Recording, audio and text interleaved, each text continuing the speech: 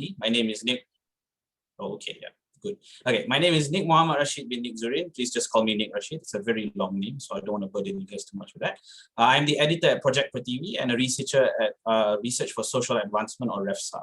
So co-hosting the webinar today with me is the lovely Dr. Hu Chu Ping, a senior lecturer in strategic studies and international relations from the National University of Malaysia, and also an adjunct lecturer at the Malaysian Armed Forces Defence College, or MAFDC. We are both very happy to welcome you to the first ever Defense and Security Forum on the Sulu and South China Seas. So this event, a little bit background behind it.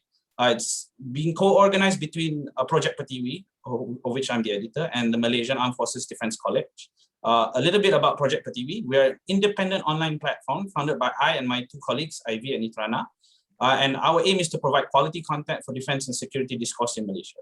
The MAFDC is, of course, the Malaysian Armed Forces Military Academic Institution, which is responsible for training senior field grades in the MAF and preparing them for their first generals and admiral stars. At this juncture, I would like to thank the Commandant of the MAFDC, First Admiral Muhammad Fazli Kamal Muhammad Mohaldin of the Royal Malaysian Navy, as well as the Head of the Strategic and Security Studies and International Relations, Colonel Khairi Abdullah, for their cooperation and agreeing to having this event. They are very prominent people at MAFDC, and their go-ahead is partly why this event is so successful. And to Dr. Hu Chu Ping again, thank you for striving so hard to be the bridge between MAFDC and Projek Pertiwi, and as well as linking us with the panelists that we have here today.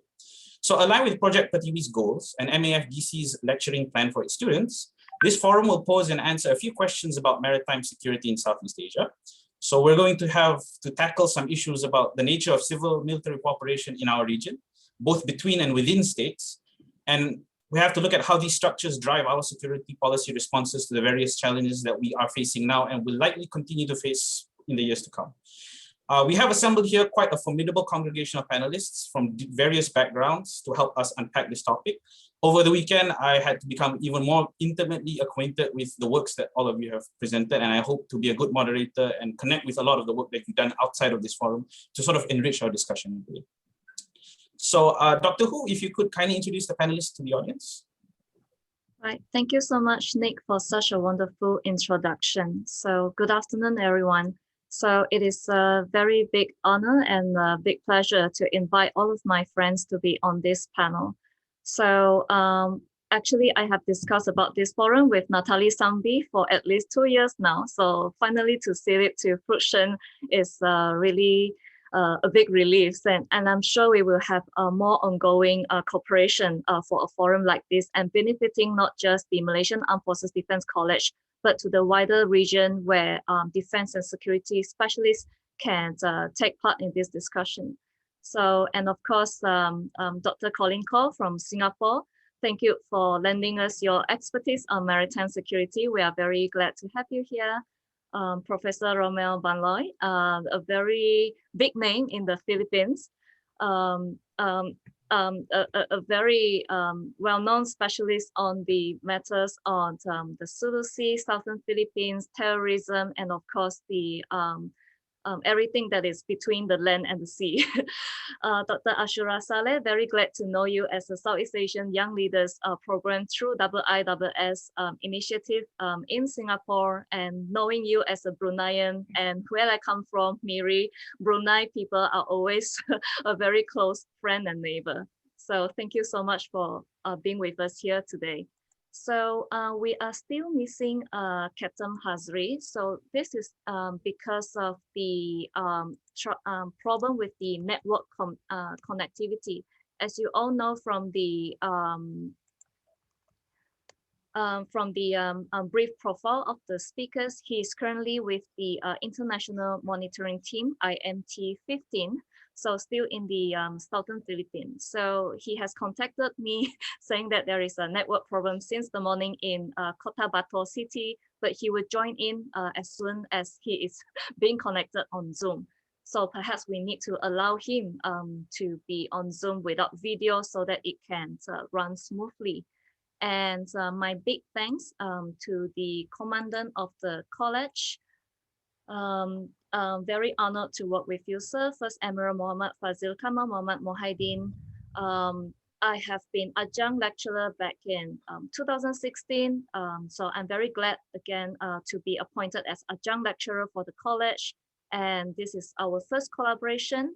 And true to his uniform, very fitting to talk about this maritime security. And we also welcome our friends far and near joining us today on Zoom and also on Facebook. We hope to provoke many thoughtful discussion on the maritime security challenges facing our region. So without further ado, allow me to invite Commandant of MAFDC to deliver his welcoming remarks. Sir, the screen is yours. Thank you, Datu. Bismillahirrahmanirrahim. Assalamualaikum warahmatullahi wabarakatuh, and pleasant afternoon to everyone participating in this webinar. Sebagai tansih, Datuk, sirs, ladies and gentlemen, I'm First Admiral Mohd Kamal bin Muhammad Waldin, the First Commandant of the National Forces Defence College, or commonly known as MPAT. This college is the highest learning institution within the Malaysian Armed Forces, and we focus on the professional military education of senior military officers of the rank of Lieutenant Colonel or Colonel and equivalent from Malaysia and abroad. MPAT is part of the National Centre for Defence Studies, or Puspahanas, located in Putrajaya, and we are presently conducting our 41st course. Distinguished guests, ladies and gentlemen, it gives me great pleasure and honor to welcome all of you to the first series of seminars on defense and security. This forum is co-hosted between MPAT UKM Strategic Collaboration Program and Projek Pertiwi, which is part of REFSHA, or Research for Social Advance. MPAT UKM Strategic Collaboration began almost 20 years ago in 2002. Initially, we offered a 6-month diploma course. This was later extended to a full-year course in military and strategic studies and international relations. Upon the submission of thesis, our students are awarded Master of Social Science in Defence Studies from UKM and a diploma from MPAT. Distinguished guests, ladies and gentlemen, by nature, Malaysia is a maritime nation. We are strategically situated between one of the world's busiest waterways, a sea of competition with contentious maritime borders, as well as water column which connect neighboring coastal states. The seas are also an area of increased international tension. Through the sea lines of communication, huge quantities of commodities are transported for the use of many nations. The sea has been a vital means of connectivity, especially in the present era of globalization.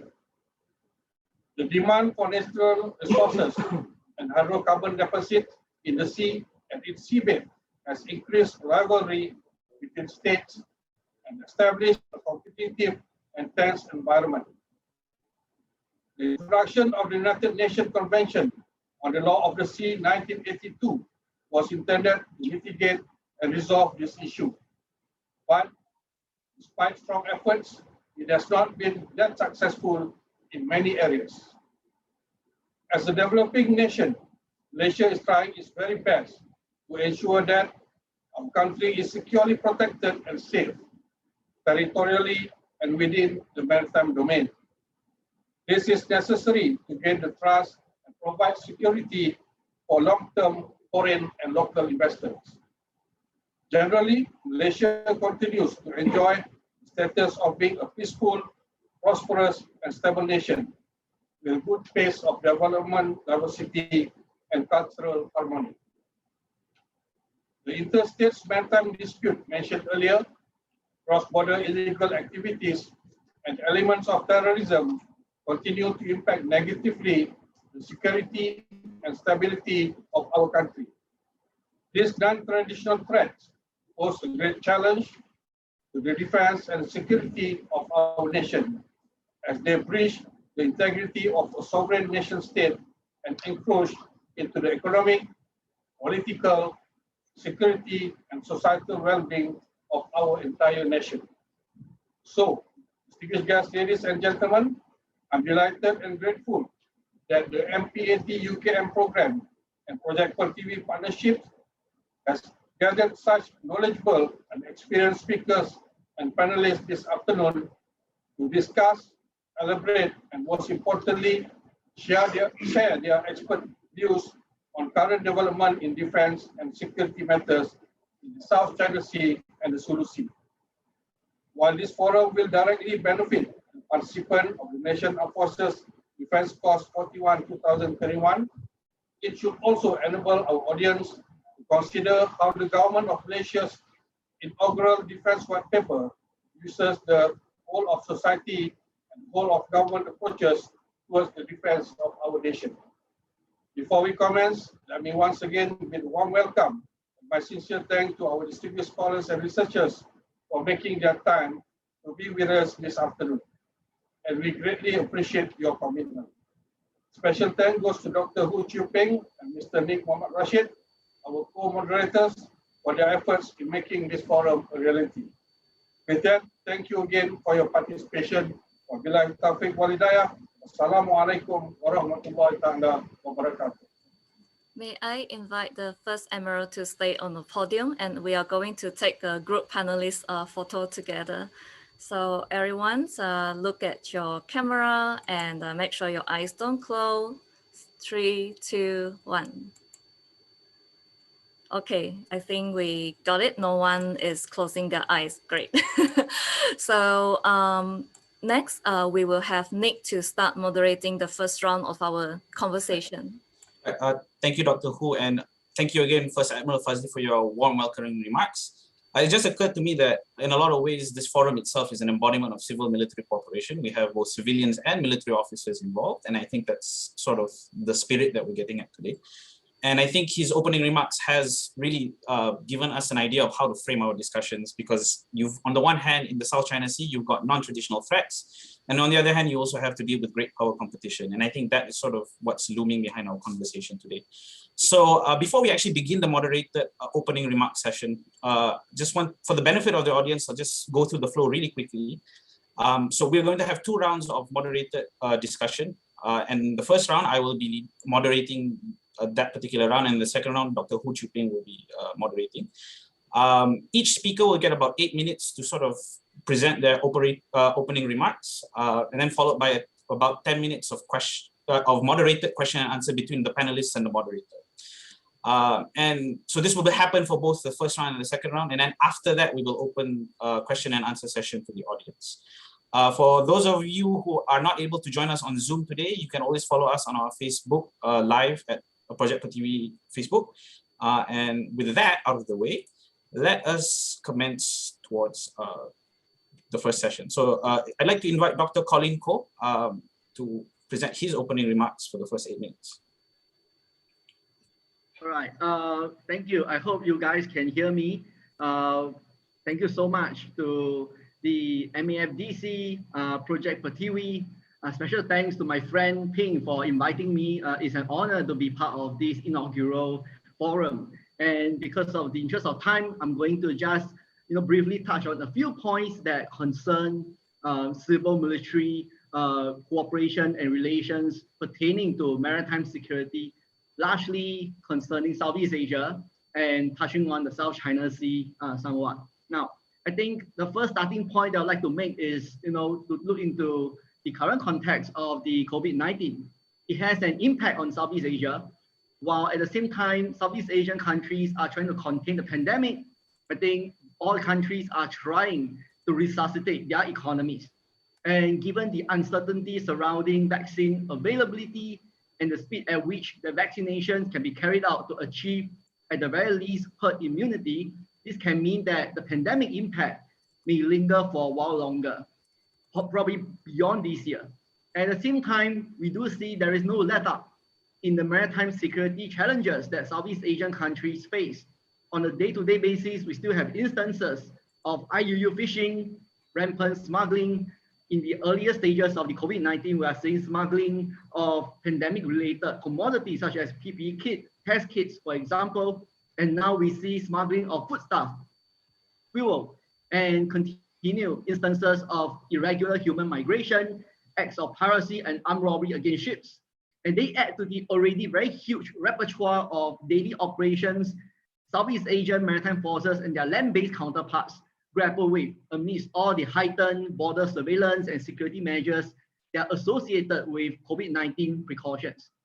And meanwhile, if we turn our gaze towards the South China Sea, the situation could be at best characterized as what we will call trouble peace. China has steadily recovered from the pandemic. Its economic growth is consequential in terms of anchoring the regional recovery, and Southeast Asian governments, private sectors do recognize and they are drawn to the immense appeal of the vast Chinese export market. And they look upon China as also a source of investments.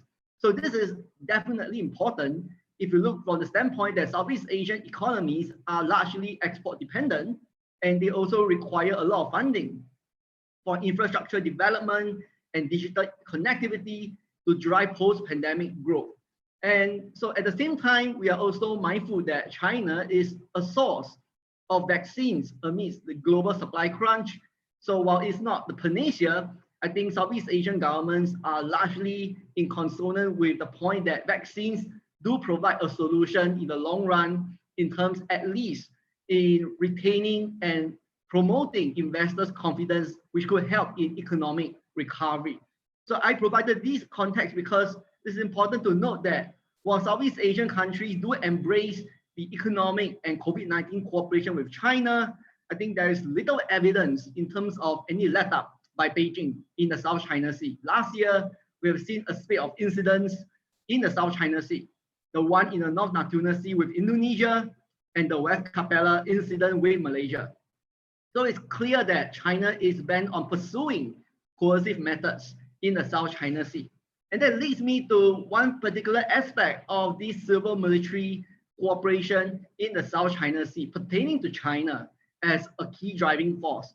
I think very importantly is we saw the promulgation early this year of the Coast Guard law of China. It's important to understand the background of this new law. It comes about as a result of the discussion within the Chinese Coast Guard community, and with the following key points that was saliently being brought out over the years.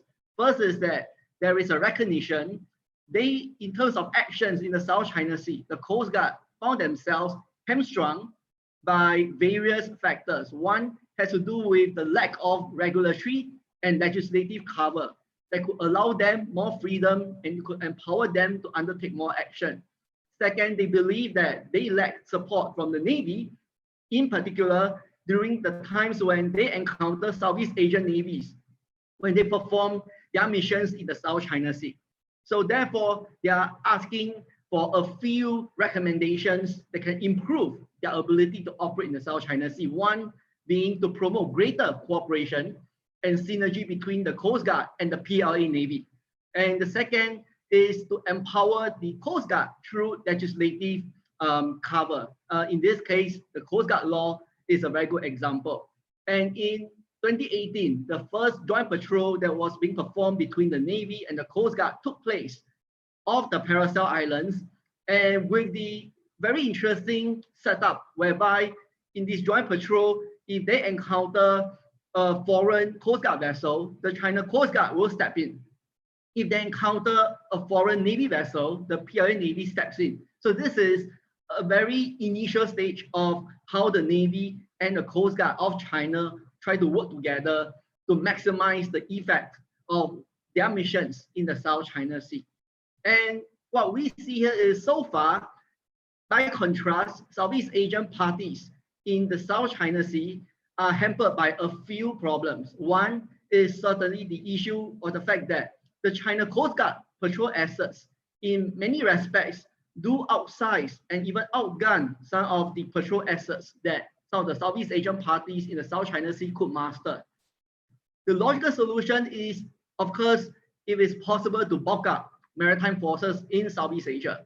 But if you consider the current COVID-19 context, with the greater fiscal austerity to be expected down the road, we are going to see more budgetary constraints when it comes to bulking up the Coast Guard and the navies in Southeast Asia. the public will require and they would demand their governments to spend more money on public healthcare, on vaccine purchase, and on social amelioration programs than to buy shiny new toys for the militaries or the Coast Guards. So, in addition to that, is that if the recourse is to undertake more national debt to fund both COVID-19 response and to fund military and Coast Guard build up, it may not appear to be sustainable in the long run for the country's fiscal health. So what I feel is COVID-19 right now provides a good opportunity for Southeast Asian agencies, including navies, Coast Guards, and other concerned agencies dealing with maritime security to look best into how they could maximize existing resources, work under the conditions of fiscal austerity, cooperate and coordinate actions amongst each other and with their land-based counterparts. It's important to note that enforcement actions at sea against maritime security challenges constitutes just the one approach, which is barely sufficient in itself. And in Southeast Asia, we do see over the past few decades, the proliferation of maritime forces, the build-up of navies, the creation of new Coast Guards, and the expansion of existing Coast Guards. But these measures are not necessarily accompanied by parallel measures aimed at reducing, if not completely removing, stovepipes and silos between the agencies. Practically, what we saw is diverse agencies tend to work on their own. They at times jealously guard the information they have. They hesitate to share and compare intelligence, much less to undertake joint operations. We do see some initial positive signs in the recent years as a result of the recent developments like COVID-19. For example, in the case of Malaysia, it's heartening to see Operation Benteng, for example, bring together various agencies, including the Royal Malaysian Navy and the MMEA and other agencies to step up border surveillance and security measures. Elsewhere, we saw some other countries making inroads. The Philippines, for example, we saw the very recent years joint training undertaken between the Navy and the Coast Guard. And in some other instances, we saw how the Philippines provide a very good example of how interagency coordination between the military and the civilian agencies could very well be further improved.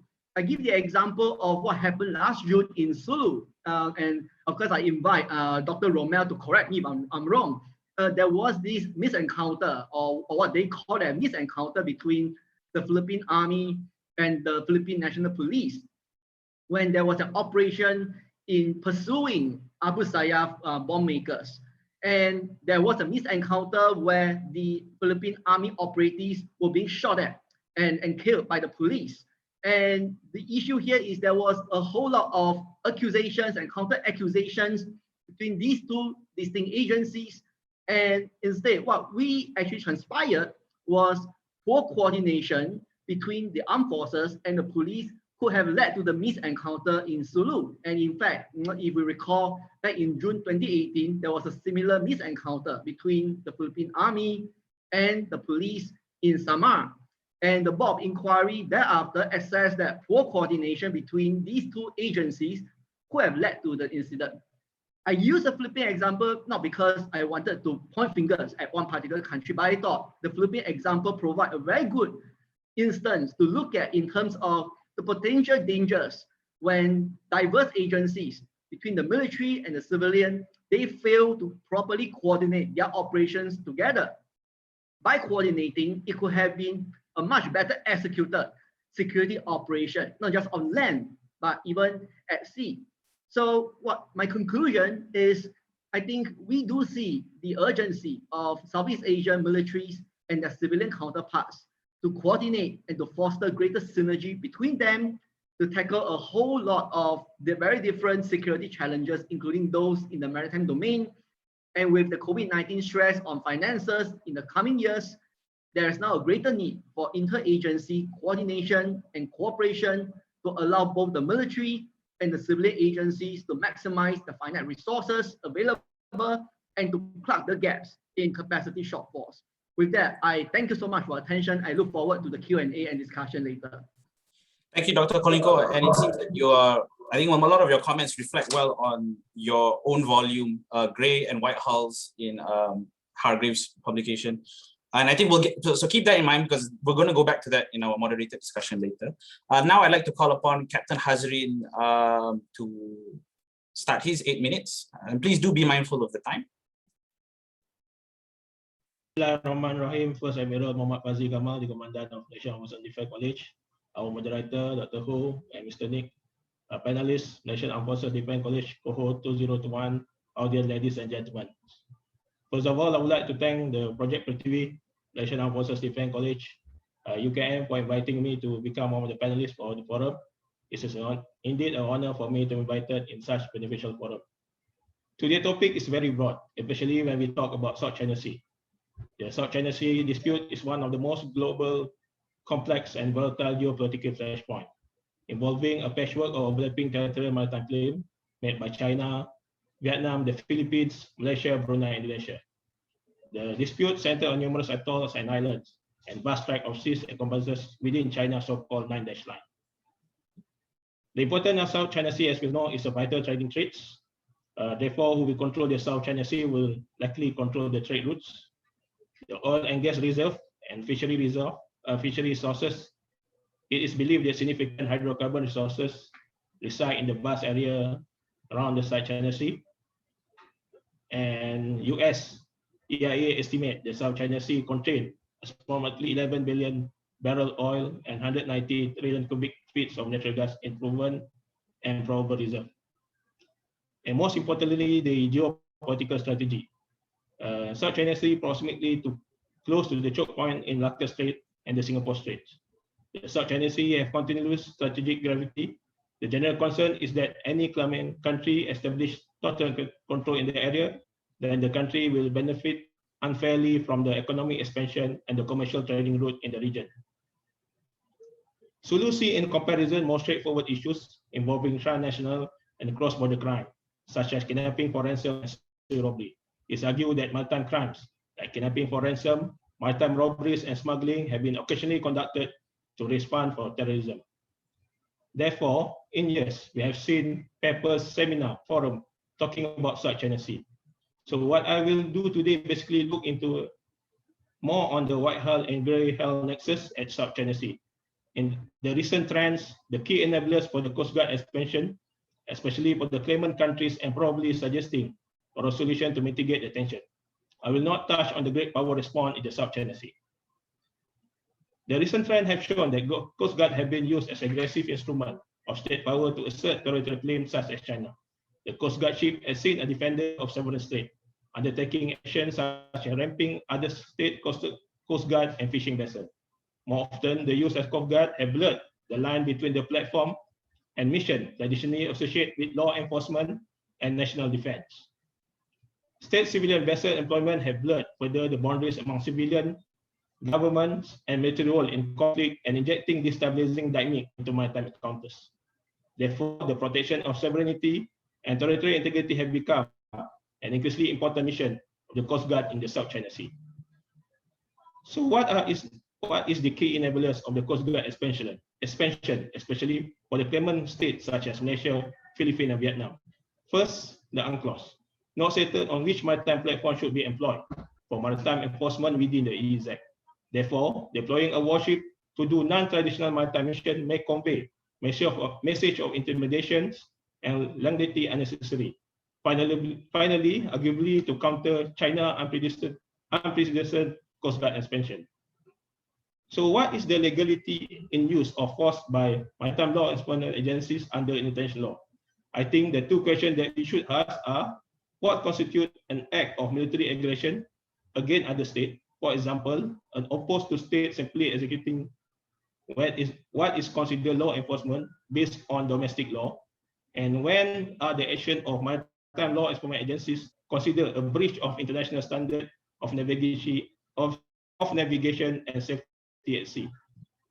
If we look on Article 309 of UNCLOS, stated that in exercising of their right, states shall refrain from any threat of use of force against the territorial integrity or political independence of any state, or in any manner inconsistent with the principle of international law in the Charter of International State and in United Nations. So what this actually mean?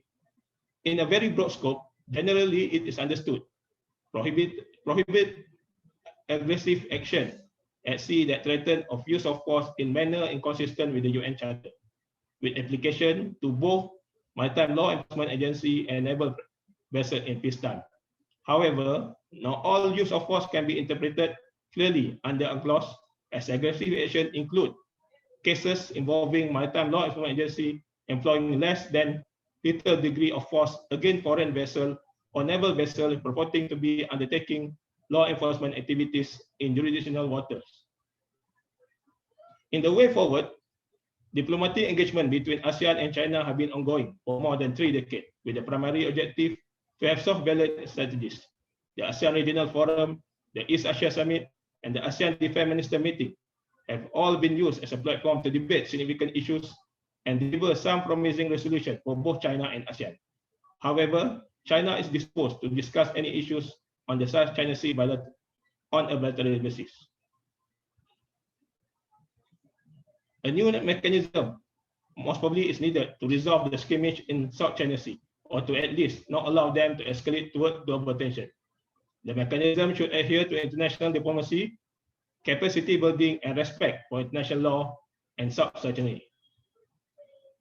This mechanism, such called as internalization, is defined as an act of leveraging whereby a given actor initiative a certain form of cooperation with at least one other actor on the regional or global level, aiming to engage this actor in a specific affair of the international actor affecting regional or global dynamics.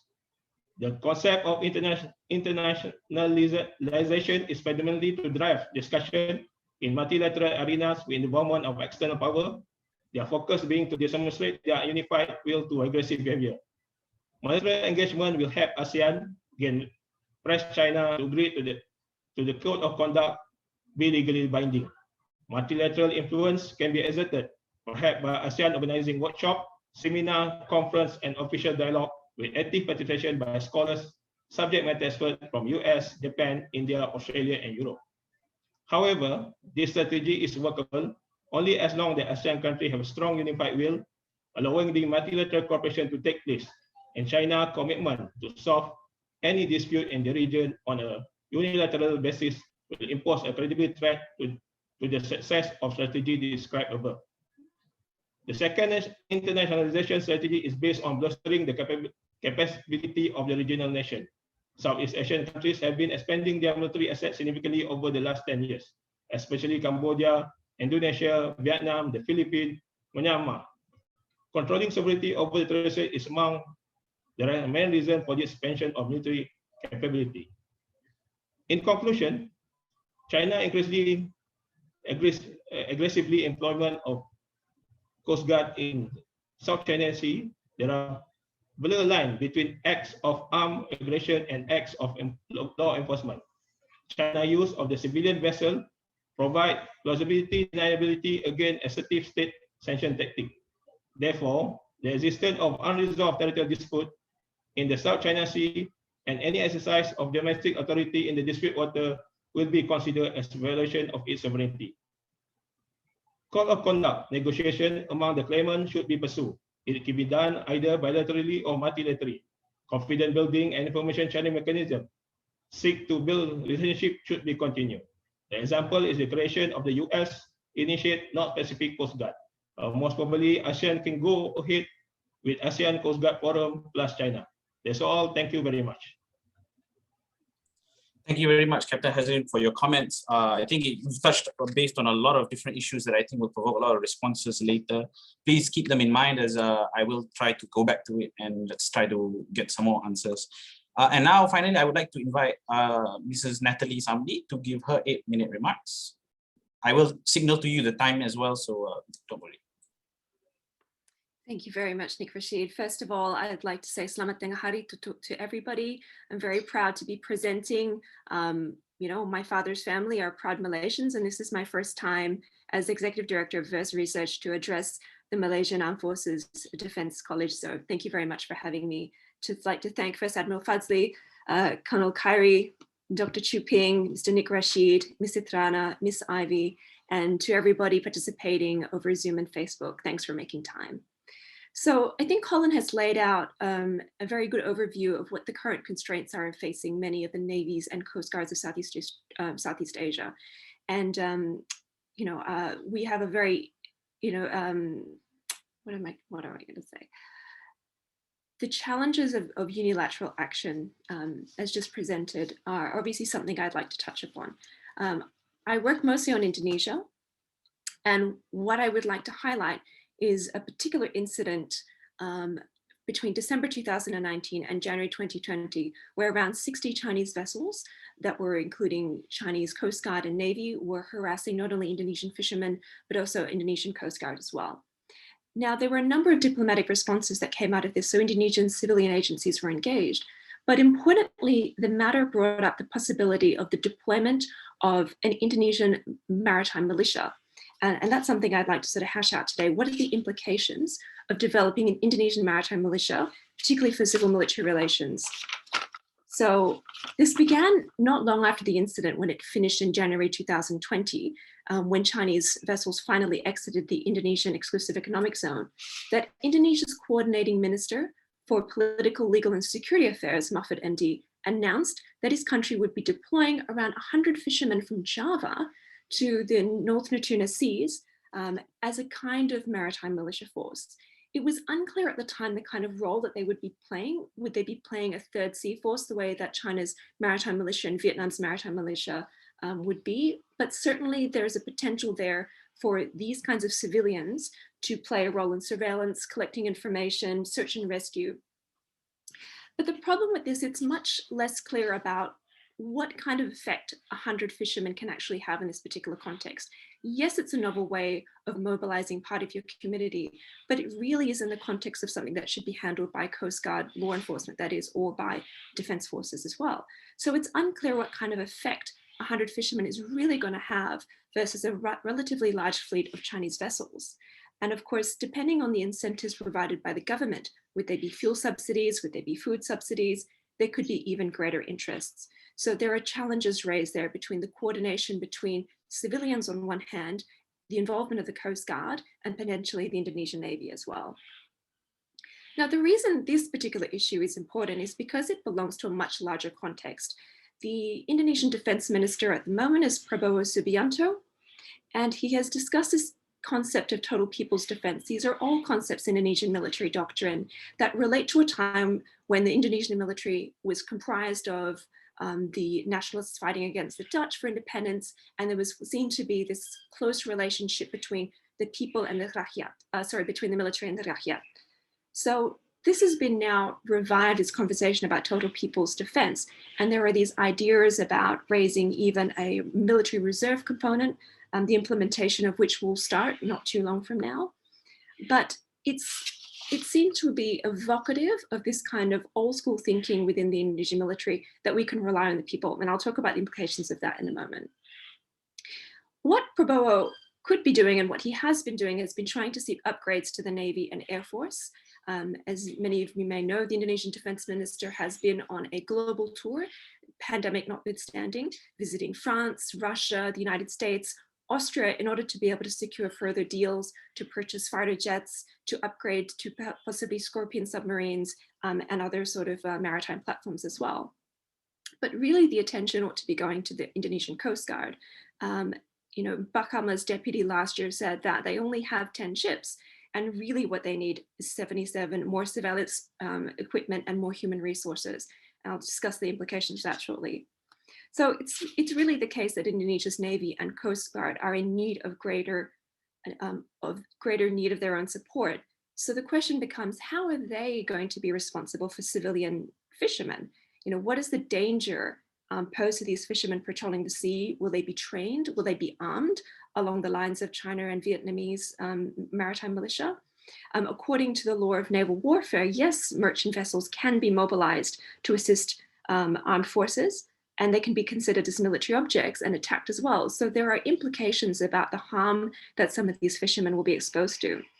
And on a more local level, as many of us know, in archipelagic communities, in many of the countries in Southeast Asia, there are local tensions between groups, between different communities. And so what are the potential civilian issues, local community issues, introducing Javanese fishermen into the Natuna region. And there were already reports from the BBC Indonesia that there are tensions between bringing Javanese fishing vessels and different kinds of fishing practices and the pressure that it puts on those Natuna local fishing communities as well. And I think those kinds of points bear even further consideration, that these are novel ways that the Indonesian government is trying to make up for what is potentially a maritime shortfall, but they raise certainly more questions than they do answers. And so the question is, justifying the use of civilians as a maritime militia raise questions about the military's long history with militias. It adds more credence that this is the kind of way for Indonesia to go. Of course, that's in the maritime context, but that can also lead greater justification for using militias in a land-based context as well. And that is not necessarily the trend of democratic control of the military or accountability that Indonesia might be seeking within its defense sector. And that's something for us as international partners to watch and to talk about as well. The second is, as Collin pointed out, that Indonesia's thinking about the South China Sea is coming amidst a domestic public health emergency. There are 1,425,000 cases of COVID so far and almost 40,000 deaths. And as Collin pointed out, that defense budgets will be constrained and a lot of the Indonesian government's attention will be rightly so placed towards this public health emergency. So we'll see what happens, whether or not the increased budget allocation for 2021 will actually come to fruition. And the third important point I want to say that's the challenging feature is that Indonesia is still dominated by a land-based strategic and military culture, which will consume a lot of bandwidth for the way in which the defense sector conducts itself. Yes, Indonesia needs upgrades to its Navy, Navy, Coast Guard and Air Force, but again, with a lot of competition with Army, particularly former generals who form a very strong circle of advisors around the president. Again, we have to see whether this comes to fruition. So just briefly before I hand back to Nick Rashid, just on terms of future prospects and cooperation, I think there are certainly opportunities for other ASEAN partners to assist Indonesia in this, particularly Malaysia's role. Trilaterally with the Philippines in terms of maritime security patrols is definitely an area I think that should continue. There is certainly potential for bilateral cooperation with Australia, but certainly the interests of other powers in the Indo-Pacific, particularly in the South China Sea, India, France, the United Kingdom, that opens even up greater potential for multilaterals. There is always greater potential for pooling resources if they're going to be even more constrained in the future. So just in summary, again, Indonesia has tried to respond in a different way to some of the maritime security challenges around the South China Sea. There is no way it can match in terms of numbers of personnel or the size or a capability of platforms of China. But this particular way that Indonesia has proposed in terms of dealing with this challenge raises a whole bunch of other civil military challenges. And rather than support or encourage that, I would say to other partners like Malaysia, like Australia, other partners, United States, Japan, is that we should look for other ways to help support Indonesia's law enforcement and naval capabilities if it's to properly defend its Natuna EEZ. Thanks. Thank you, Natalie, for your comments. And I think you've raised an actually very interesting point. And I'm starting to see a common thread between the conversation that you're having and Captain Hazrine and Collin. But before that, one of the things that Collin mentioned, and I think this is quite on everybody's minds in Southeast Asia, and this is a question that we actually got from the Vietnamese Vietnamese news agency, from Mr. Nguyen Hoc, Mr. Let me just make sure I get your name correct, Nguyen Ha Ngoc. And it's about the new Chinese maritime law, right? So I think there's a lot of anxiety about who that law is targeted to. There's a few questions I want to ask you, but first of all, I want to ask the panelists and Dr. Asyura Salleh and Professor Rommel, if you want to chime in also, that would be great. Is this new law actually targeted to ASEAN member states, or is it actually targeted to somebody else? So that's my first question. And then sort of the build up to that question is, if the answer to that is yes, what is sort of ASEAN's appropriate response? So should it be an ASEAN-wide response? Should it be an ASEAN minus unilateral response or arrangement? And if any one of you want to take those questions, that would be great.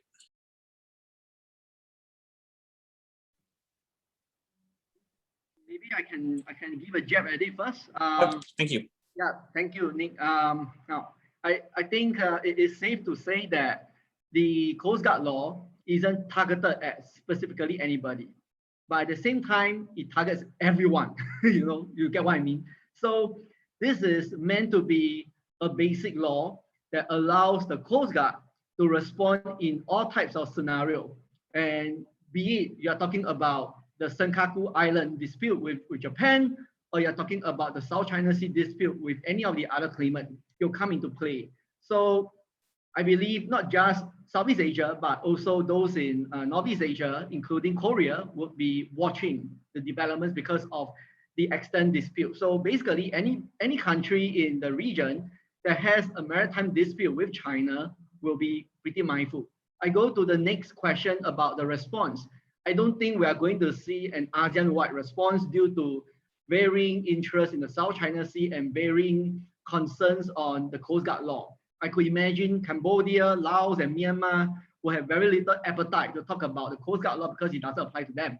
But in that case, we are looking at the best, a scenario where it is an ASEAN minus type of response amongst some of the concerned parties, including especially those who have a South China Sea dispute with China. But what I will foresee is largely national response on two counts. One is to review their own national legislation that could allow them to respond in any maritime contingencies reacting to China. That is one. Second, if there is no such type of legislation, then it could be high time for those ASEAN countries to have their own Coast Guard law in response. So that is the most basic manifestation of a direct response to China's Coast Guard law. Second is very likely the need to review daily operations concerning not just the Navy, but as also Coast Guard and how they could work together if they encounter contingencies with China in the South China Sea. So this will be largely national responses that we are talking about. And even we talk about ASEAN minus response, I mean, honestly, if you ask me, that to me is still very much a very optimistic view to hold, I would say. Thank you. If I may just jump in on the back of what Collin has said, I completely agree. I think it's going to be very difficult to get ASEAN consensus on this particular matter, but I think it presents an excellent opportunity, as Collin said, for countries to review their own legislation. And what that might do is then provide further occasion for some ASEAN states, not just ones that have got disputes with China, but certainly Indonesia, who is not a claimant state, who does not claim to have a dispute with China, who is actually staring potentially down the barrel of potential confrontations with Chinese Coast Guard vessels as well, to sit down and actually say, look, this is our approach in terms of legislation. This is our approach in terms of Coast Guard and naval cooperation, and start dialogues with Malaysia, with the Philippines, with Brunei and other countries, Vietnam, to compare and contrast what are the strengths, what are the lessons learned so far, and also an occasion, as Collin said, not only just to instigate a legislative review, but certainly as an instigation, if not public pressure, to start being able to revitalize and to actually provide the Coast Guard and Navy the platforms they deserve. Thank you. Did anyone else want to jump in on that, or shall I move on? Because I think there's still a lot to be said about this particular topic. Right. So just moving on quickly then. I want to draw back to a thread that I think all three speakers have sort of hinted at, and I think it's this idea of a proliferation of a militia-type force in South China Sea. So Natalie, I think you spoke about that, the Indonesian side of things, where, and you've written a very long-form article on it as well, about how President Jokowi has sort of pandered to the RB people and has sort of started this entire militia/reservist movement. And we know about China's maritime fishing fleet. So I'm wondering if this is like supposed to be a wider trend in Southeast Asia. Are we seeing a proliferation of these kinds of militias? Because it makes perfect sense, right? So Dr. Collin was saying a lot about how economic conditions in COVID have sort of given rise to resource constraints in terms of procurement and proliferation of actual Coast Guard and naval equipment. So if that is what we're facing, it would seem, at least logically, that empowering a militia, a low-end militia, to sort of take on some of these responsibilities, it would seem quite tempting, at least, because you don't have to pay a lot, maybe some minimal training, and then you can get basically a relatively large force for that small expenditures. So I don't know. I put the question to the panelists, what do you think of that particular trend? And do you think that this trend is going to spread, or is it just confined mostly because of internal dynamics of the few countries that we've mentioned? I'll just make my remarks quickly because I spoke a lot about that already. In Indonesia's case, it's much less developed than the Chinese and Vietnamese already established militia for maritime militias, which have legislation around them. So if Indonesia were to proceed any further, it would need a lot of clarification about what it intends to do, like I said, in terms of incentives, hashing out local issues. But for me, as an analyst, my assessment is that I think it's important in some ways, but I think it really is a distraction from looking at not just the capability upgrades that the Coast Guard and Navy need, but actually the development of human resources within the Coast Guard and Navy. So that would be my only emphasis. Did anyone else want to jump into this? I mean, my interest in asking the question was because, so Dr. Collin actually wrote at length about the Cod Wars as being the sort of test comparison to what we're seeing now. In fact, I think the argument was that what we're seeing now is much more aggressive than the Cod Wars. So I was just wondering if those mechanics are now sort of being transplanted here. If I could jump in, thank you, Nick. I just want to add, because as you rightly pointed out, and Natalie pointed out about the potential proliferation of maritime militia, and just not too long ago, the Philippines was talking about setting up their own militia, and the idea sort of came very quickly, and it also died off pretty quickly as well due to some concerns domestically. I think ultimately we could see it from the standpoint of what we want the militia to do. I think that's very important. The Chinese maritime militia is set up with a very different objective right from the beginning. It was the precursor to the PLA Navy, and it used to have a wartime role, and in peacetime it carried out a host of various missions in part-time and full-time basis for them. So basically, fishermen who are full-time are supposed to act as a militia part-time. So that is what the Chinese have. They have a very well-embodied system to run the militia. But I do have doubts about whether Southeast Asian countries, firstly, have the ability to do that. That is one. Even though there are some, very initial fundamentals to do that. For instance, if I'm not wrong, in Malaysia, in the Philippines, and even in Indonesia, there have been some kind of a maritime community watch program, right? Where fishermen are encouraged to report to the authorities if they encounter any anomalous situation at sea. So that is one type of what a militia could do. But there is actually no need for a militia if the maritime community, including the fishermen, could be sort of co-opted into the framework or the architecture to perform a role on a more ad hoc basis in order to remove the need for militia. And second is, if the whole target is to pit against the Chinese militia, the bigger question is, while on paper, setting a militia is cheaper than buying a Coast Guard or Navy vessel, but ultimately, if you want to pit against the Chinese militia, you have to have large ocean-going steel-hull ship to pit against them. Otherwise, it's going to be suicide for any militia that goes out in the face of a Chinese threat. So that is just some views to share on that. Thank you, Nick. Thank you, Collin. Thank you, Natalie. Thank you, Captain Hazrine. That concludes our round one moderated discussion. So, Dr. Hu, I will now pass the floor to you and to start the next session. Thank you. So I think what we had so far has very great momentums that we hope to continue in the Q&A session later. Some questions already coming in. So now let me invite Dr. Asyura Salleh to talk about the transnational crime dynamic in the Sulu and Celebes Sea, followed by Professor Rommel Banlaoi. So you have 8 minutes each to address the crime terror nexus that exists in this part of our region. Please go ahead. Thank you very much, Dr. Hu Ping. I've actually got slides to share, so please let me load it up.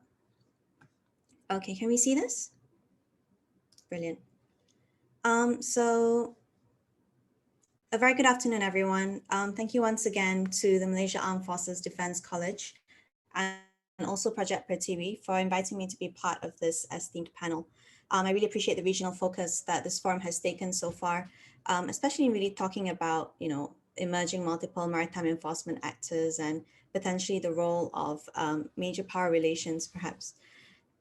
Also, we're looking a lot more into, as you mentioned, the dynamic and the nexus between terror and crime. And my contribution here is really to recognize the role of transnational crime in our region and to urge for a broader recognition of the ranging repercussions of crime that takes place in the Sulu Sea. I thought it would be helpful to touch on an immediately bordering region to better understand how activities that take place in one particular maritime region is able to have immediate spillovers on other parts of the region. And so especially we could look at the northern area of Sulawesi, which is where I will be focusing most of my talk on for now. Any balance or maritime security threat that take place in the Sulu Sea would translate into some level of spillover into the Sulawesi and even vice versa, be it in the forms of the different levels of smuggling, terrorist movement, or even irregular movements that take place here in Sulu. And so transnational crime really offers us, an insight into the underlying linkages that take place between the Sulu and Sulawesi seas, and even between the islands of Mindanao and Manado. By being able to uncover the rate and fluidity by which contraband travels across these borders, we'll be able to identify the reach of illegal activity and linkages between society. Sure, when we talk about transnational crime and we think about repercussions, they may appear very small scale, like alcohol abuse, but these repercussions can easily escalate into more threatening terrorist activity, for example. And this is all because these forms of transnational crime rely on similar trafficking routes, they rely on similar networks and even modus operandi. Transnational crime also offers us a kind of barometer to really gauge the level of enforcement in this part of this region. How are maritime law enforcement agencies responding to basic smuggling attempts? Is most of the focus currently on customs or is it on border patrols? And to what extent does interagency exist? How do Manado's enforcers, for example, cooperate with agencies stationed in Tarakan, Tawau, and even General Santos? So I've been given a strict 8-minute limit, so I'll try my very best to give this topic some justice. North Sulawesi, if we look at it, really does share the Celebes Sea or the Laut Sulawesi with Kalimantan, and you've also got southern Philippines, and also the Sulu archipelago, which we can't forget. And through this light trail of islands, North Sulawesi here is connected to Davao in the Philippines through a few island regencies. We've got Talawat here, we've got Sangihe, and also Bitong. I'm highlighting these because I may be addressing them a lot more frequently later on.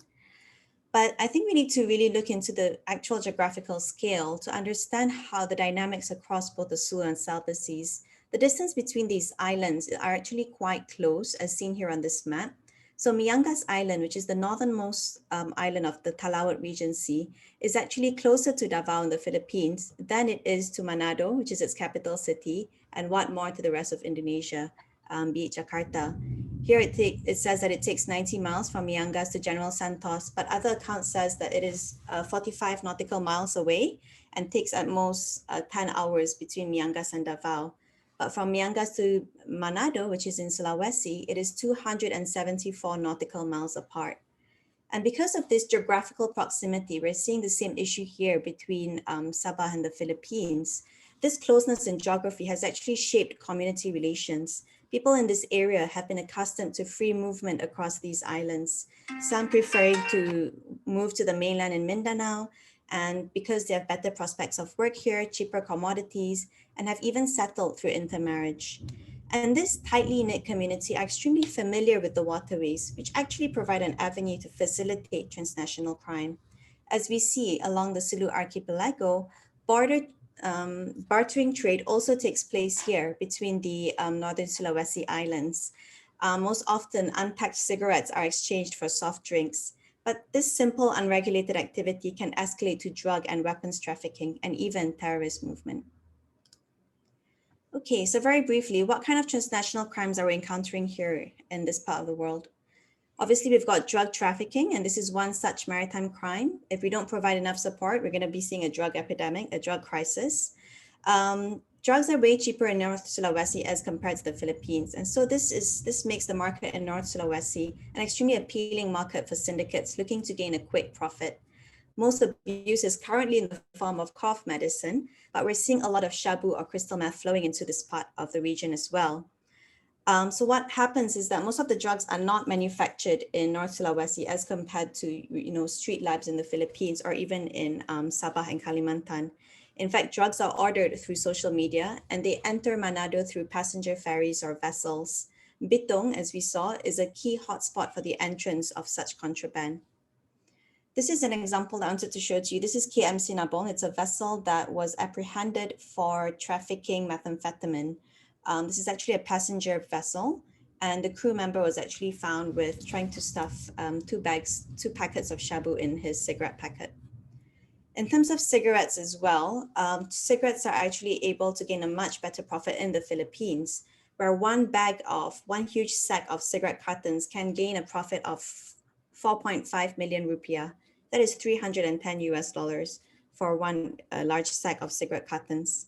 And these cigarette cartons are largely bought in Manado and they then travel up Bitong to eventually reach Davao. More active than cigarette smuggling is alcohol smuggling. And this is the home-brewed chapticos, which is fermented sugar palm water that can reach high and deadly alcohol levels if they're not brewed carefully. Like drug trafficking, chapticos also travels on passenger vessels. And Talaut Island plays an important role as a transit point between Indonesia and the Philippines. Seizures are large, up to 750 liters of chapticos have been seized in Talaut. So if trafficking routes are used to move drugs, they're used to move cigarettes and also alcohol, might they also be used to smuggle weapons? Indonesian analysts have expressed concern that the 12,000 firearms that have since been decommissioned from the formation of the Bangsamoro Autonomous Region, or BARM, could potentially leak into northern Sulawesi and even across Sulu archipelago. While most firearms have been accounted for, there are still cases of weapon trafficking in this region. Most recently, we've got 6 guns, 3 magazines, and even ammunition being smuggled from the Philippines down to Manado so they can eventually reach Papua. And this transnational network was operated by 2 Papuans, but also by an Indonesian woman based out of Manado. These firearms are currently being used to fuel the intense violence that is currently taking place in Papua between the separatists and the Indonesian army, where thousands have been displaced. And now, as of last month, 21 people had died just in February alone. So we can see that instances of violence around the region actually provide the incentive for weapons smuggling through south of Philippines and even Manado. The Sarina Thamrin bombing attacks in January 2016 had apparently used weapons that were being smuggled along this route as well, from South Philippines down to Talaut and down to Manado. This prospect of undetected weapon flows are ultimately linked to more security concerns on whether Manado may perhaps also serve as a transit point for militants. Professor Rommel clearly has more to say on this, but Manado and the North Sulawesi does offer a backdoor route for foreign transit fighters intending to enter South Philippines to facilitate the transfer of funds and weapons to local supporters, to conduct extremist activities, or even to transfer skills. So if we were to look at these 2 maps here, this is actually a map of weapon trafficking routes, and at the bottom is potential foreign fighter routes. We can see a lot of similarities in the way these different transnational crimes really utilize the same networks and routes.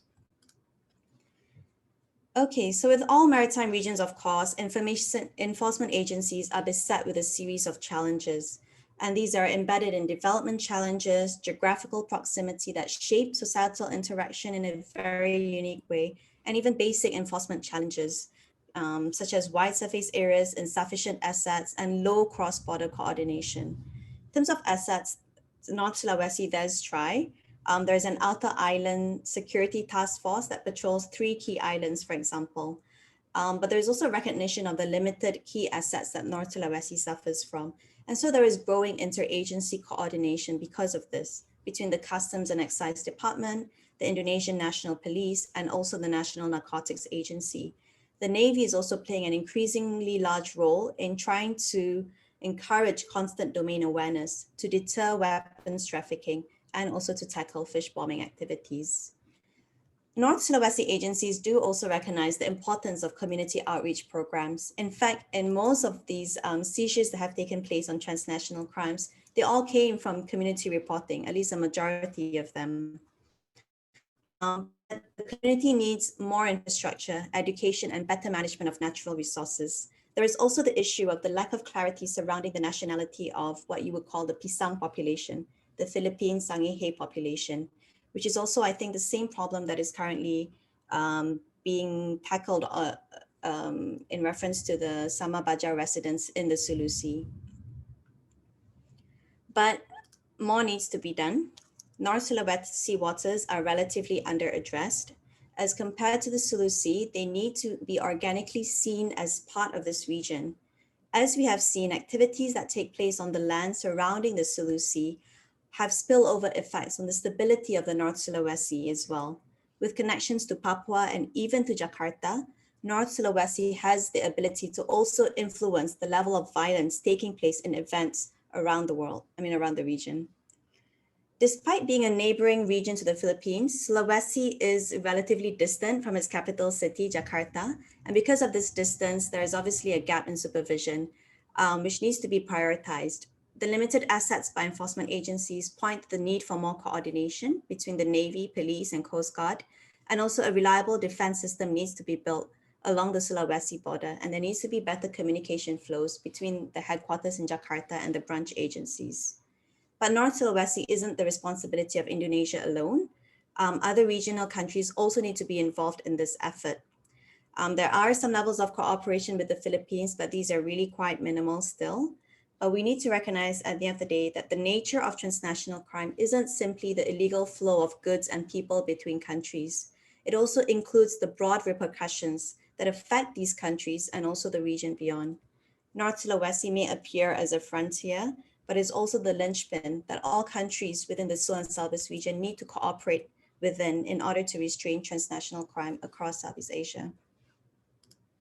That's it from me. I'll end my talk and give the floor back to you, Chuping. Thanks so much again for having me on. I look forward to Professor Rommel's talk and also the discussions ahead. Thank you so much, Dr. Asyura. So maybe when you are waiting for Professor Rommel finish to remark, you may want to think about how Brunei would like to participate and collaborate with the other regional countries to tackle the problems that you have just mentioned. So now we have Professor Rommel Banlaoi to give your remarks, please. Thank you very much. I'd like to thank the organizers of this webinar, particularly Nick and Ping, for the opportunity. I would like to describe the post-Marawi security threats in Sulu and Celebes Sea, and this will complement the presentation earlier of Dr. Salleh. So if you will look at Sulu and Celebes Sea, I consider this as tri-border sea of anarchy because it's very difficult to patrol the area, and many scholars describe this area as an ungoverned maritime domain, and this ungoverned maritime domain played a very vital role during the movements of foreign terrorist fighters during the 2027 Marawi siege. And if you will look at the area, more than $40 billion worth of right sales through this maritime domain annually. And you will see here different legitimate trade routes where a lot of armed groups are using for illicit and unregulated activities. And these are the security threats happening in the Sulu and Celebes seas. Of course, we have the maritime piracy, kidnapping, and robbery, international terrorism that I closely monitor, drug trafficking, human trafficking, even smuggling of small arms and light weapons, illicit trades, particularly of endangered species and other vital maritime resources, and even spread of infectious diseases. So that can happen in the area. So, and if you will look at the study made by UNODC about types of maritime crime happening in the maritime domain, all these crimes are happening in Sulu and Celebes Sea: terrorism at sea, illicit trafficking, drug trafficking, firearms trafficking, human trafficking, piracy, and fishery crimes. And these areas are in fact strong grounds, operational areas of the Abu Sayyaf group, the Jemaah Islamiyah, and other foreign terrorist fighters associated with Al-Qaeda and the Islamic State. And if you will look at the pro-ISIS groups operating in Southeast Asia, they are all using these areas to operate and move from one place to another. And even Al-Qaeda used to use that routes also. And with the return of Al-Qaeda, we are expecting that they will use again these routes to move their foreign terrorist fighters in Southeast Asia. And as I said earlier, it's the main operational areas of foreign terrorist fighters associated with Al-Qaeda and the Islamic State. And this can be indicated by the numbers of identified foreign terrorist fighters that were neutralized during the Marawi siege. We identified 32 bodies, but there's still a lot of bodies of foreign terrorist fighters during the Marawi siege that have not been properly identified to date. Okay, so after the Marawi siege, we have seen that the trends of suicide terrorism in the Philippines, and 3 years after the Marawi, we experienced already 5 major suicide terrorist attacks in Lamitan, in Hulo, in Indanan, twice in Indanan, and twice in Hulo-Sulo. We have seen advent of Filipino suicide terrorism, conjugal suicide terrorism involving Indonesian nationals, a couple, female suicide terrorism, including foreign national and Filipino nationals, and family suicide terrorism. And now what we need to prevent is the rise of what I call juvenile suicide terrorism. So, and at the same time, we are looking at the possible emerging trend, which is self-radicalization, where we can see the phenomenon of lone wolf suicide terrorism in the Philippines. So that's the thing that we need to prevent. So what are the reasons why threat groups exploit the maritime domain of Sulu and Celebes?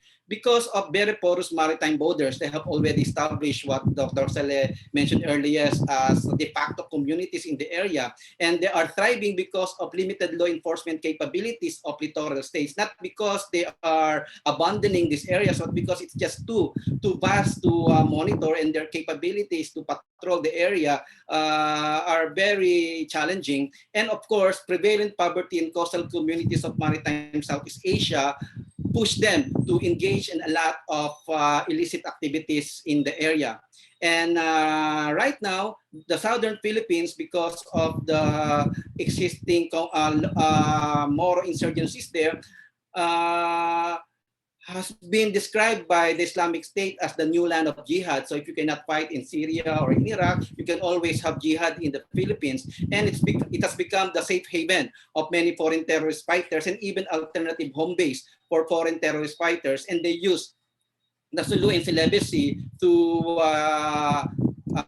enter the southern Philippines. And they are going to the southern Philippines because they are welcomed by existing violent groups associated with the Islamic State. And what I have shown you here are several groups welcoming foreign terrorist fighters to fight their jihad in the southern Philippines along with them. So what are the binding and unifying or triggering factors that connect threat groups in Sulu and Celebes? Number one is their shared maritime borders. Because of the shared maritime borders, they already have familiarity with each other. And as earlier presented from the defense post, it came from my research where I identified 6 routes where foreign terrorist fighters can enter the southern Philippines, coming from Manado, Indonesia, and from Sabah, Malaysia.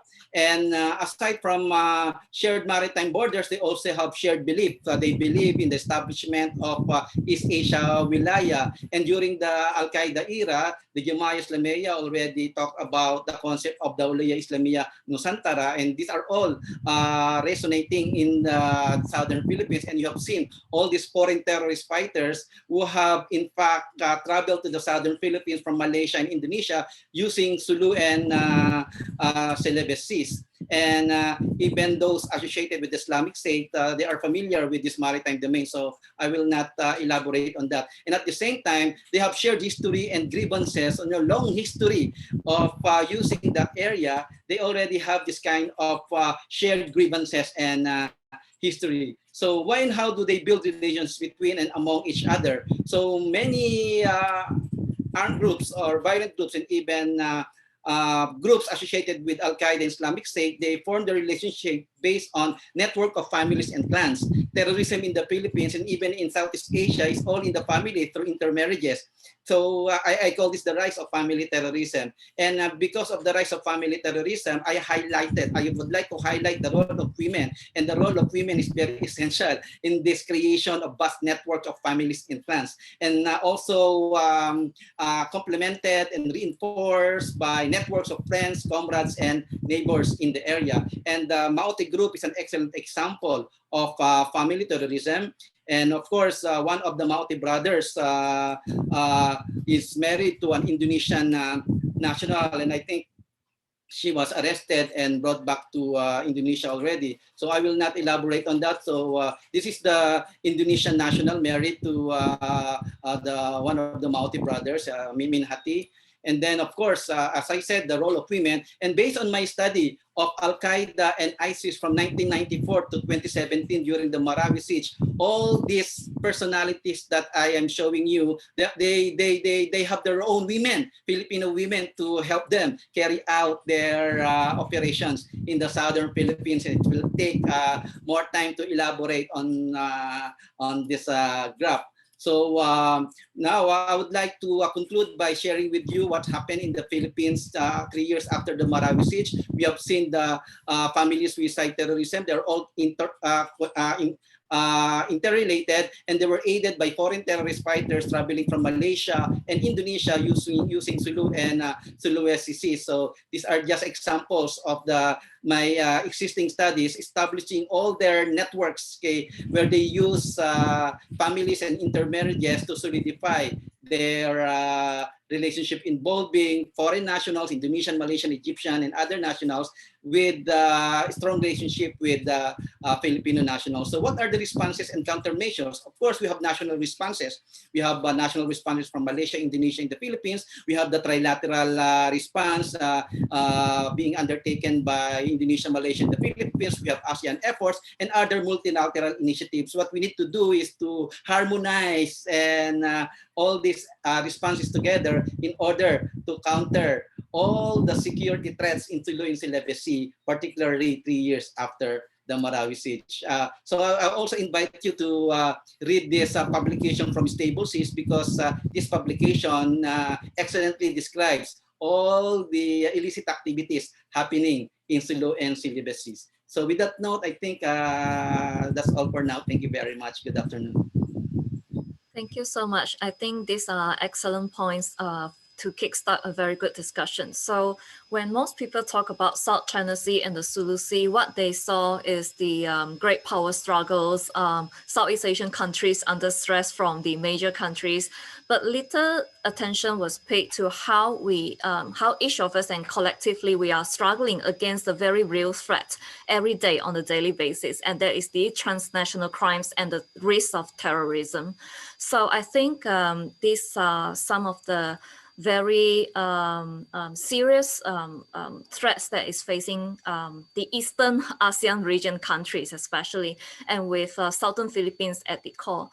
And I would like to ask one question from the Malaysian Armed Forces Defense College candidate, so directed to Professor Rommel Banlaoi.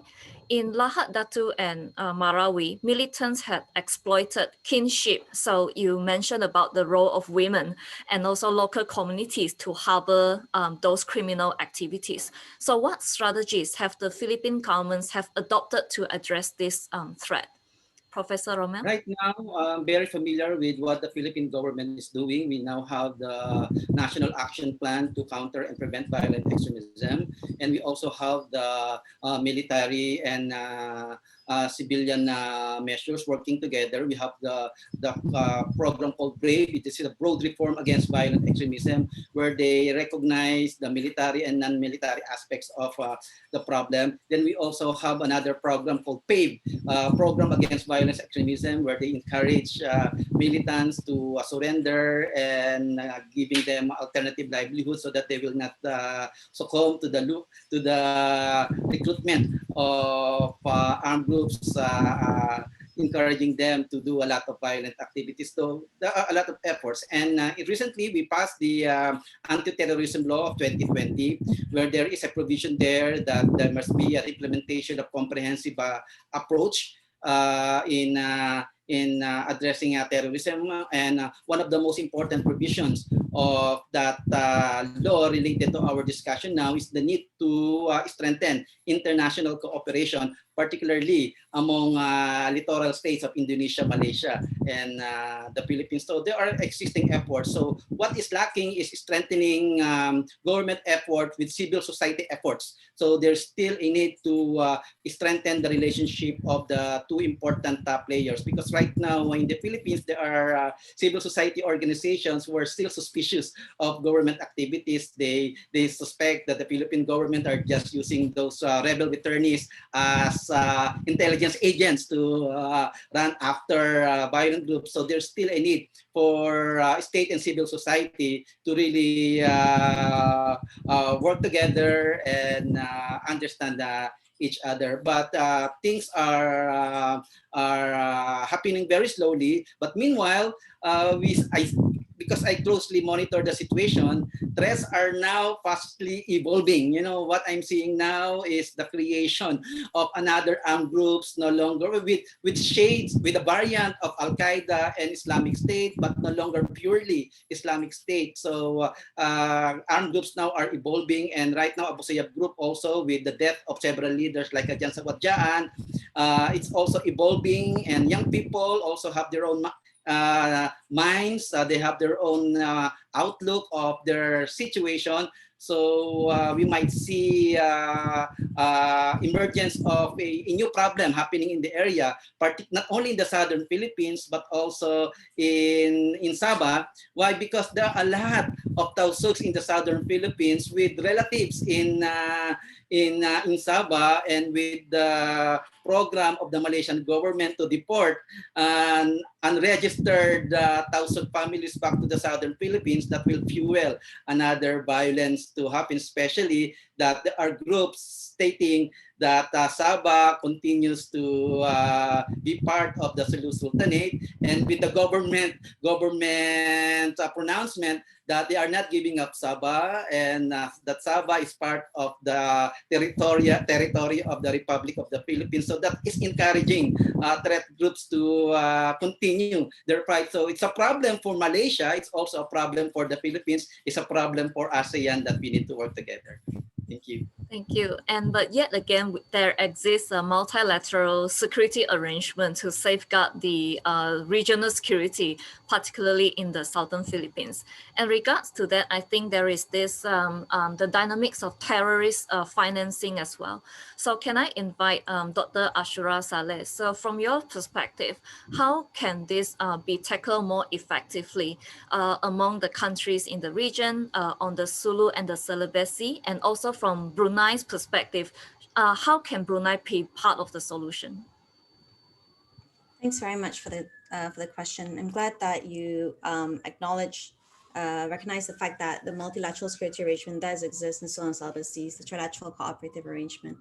And this is really between the three countries that also do have their own maritime enforcement centers and command centers as well. And I think that in light of the multiplicity of the transnational crimes that do take place in the Sulu and Celebes Sea region, what is absolutely key is really establishing a baseline or a shared level of awareness and understanding of the dynamics behind these crimes. I tried to go to really quickly touch on the different modus operandi, the network, the different routes that are being used, the different types of vessels that are being used, how the items are being concealed, what type of perpetrators are involved. And these are the type of things that it would be really helpful for both all maritime law enforcement agencies to really start implementing, both on land and also at sea. In terms of what Brunei can do, I think that currently, Brunei is the ASEAN chair for this year. And some of the emphasis that Brunei hopes to lay priority on is really in tackling crimes such as, smuggling, but also IUU fishing. And the role that Brunei has is to really preside over more regional meetings, to really place this as a priority.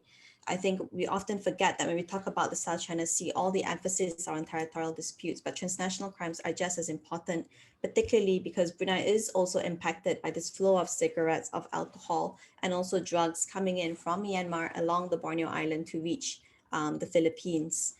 But then again, in terms of just addressing enforcement capacities and working on at the level of regional security arrangements, we also need to build a better level of understanding at the civil society level. And I feel that, meetings such as this, where we pull in different arrays of policymakers and stakeholders, we're able to enhance broader civil awareness. Seeds, which is an NGO in Sabah, for example, did a talk last weekend on IUU fishing. And here they brought in speakers from WWF, but also a former minister and also some subject matter experts. So efforts like this are extremely key in really getting the conversation going from the population level all the way up to the high National Security Council level. And this is where Malaysia's emphasis on the whole of society approach is absolutely key. So it would be great if MDA, Maritime Domain Awareness mechanism, was attached to this TCA arrangement that involved all multilateral stakeholders, but that also more communication and conversation needs to take place on the civil society level. All countries, Brunei included, definitely plays a role in encouraging this. Thank you. Thank you so much, Dr. Asyura. So next, I would like to group Professor Rommel, Dr. Asyura, and also Captain Hazrine, since where you're sitting right now is highly relevant to this topic. So someone has asked about the terrorist financing. So one of the networks that they use is actually Hawala Net. So Hawala is a system where you can transmit money without any currency moving or actually involved. So it's a bit like the modern Bitcoin right now. So you can hide your identity and move your funds around rather quite easily. So how do we combat this kind of terrorist financing? Is there such approach in place, say Captain Hazrine, where you are in right now in the international monitoring team? So another problem that we face is the connectivity, digital connectivity problem, and yet it is so intrinsic part of the terrorist network. So is there any plan at all in from where you have come from? Thank you, Dr. Ho. Frankly speaking, I'm not aware of this Hawala technique. As you rightly point out, that the infrastructure of the IT in Mindanao are quite bad, especially in the island of Basuta. Even today, the reason that I joined 5 minutes late is because of the loss of connectivity. However, we have seen some development since the establishment of BAM in March 2019. I believe with the establishment of BAM in 2019, the government can now focus to address specifically to the lawless group rather than before this they have MILF, MNLF. But since the peace agreement between the government of Philippines and the MILF thing have been sorted out, even the MILF rebel before this have become some minister in the BAM government. This is include the island of Basulta, there is Basilan, Sulu, and Tawi-Tawi. I think one thing that we need to point out that in order to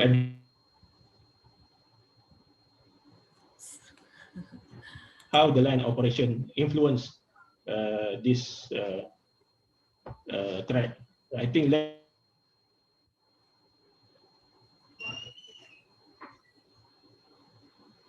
land-based operation also important.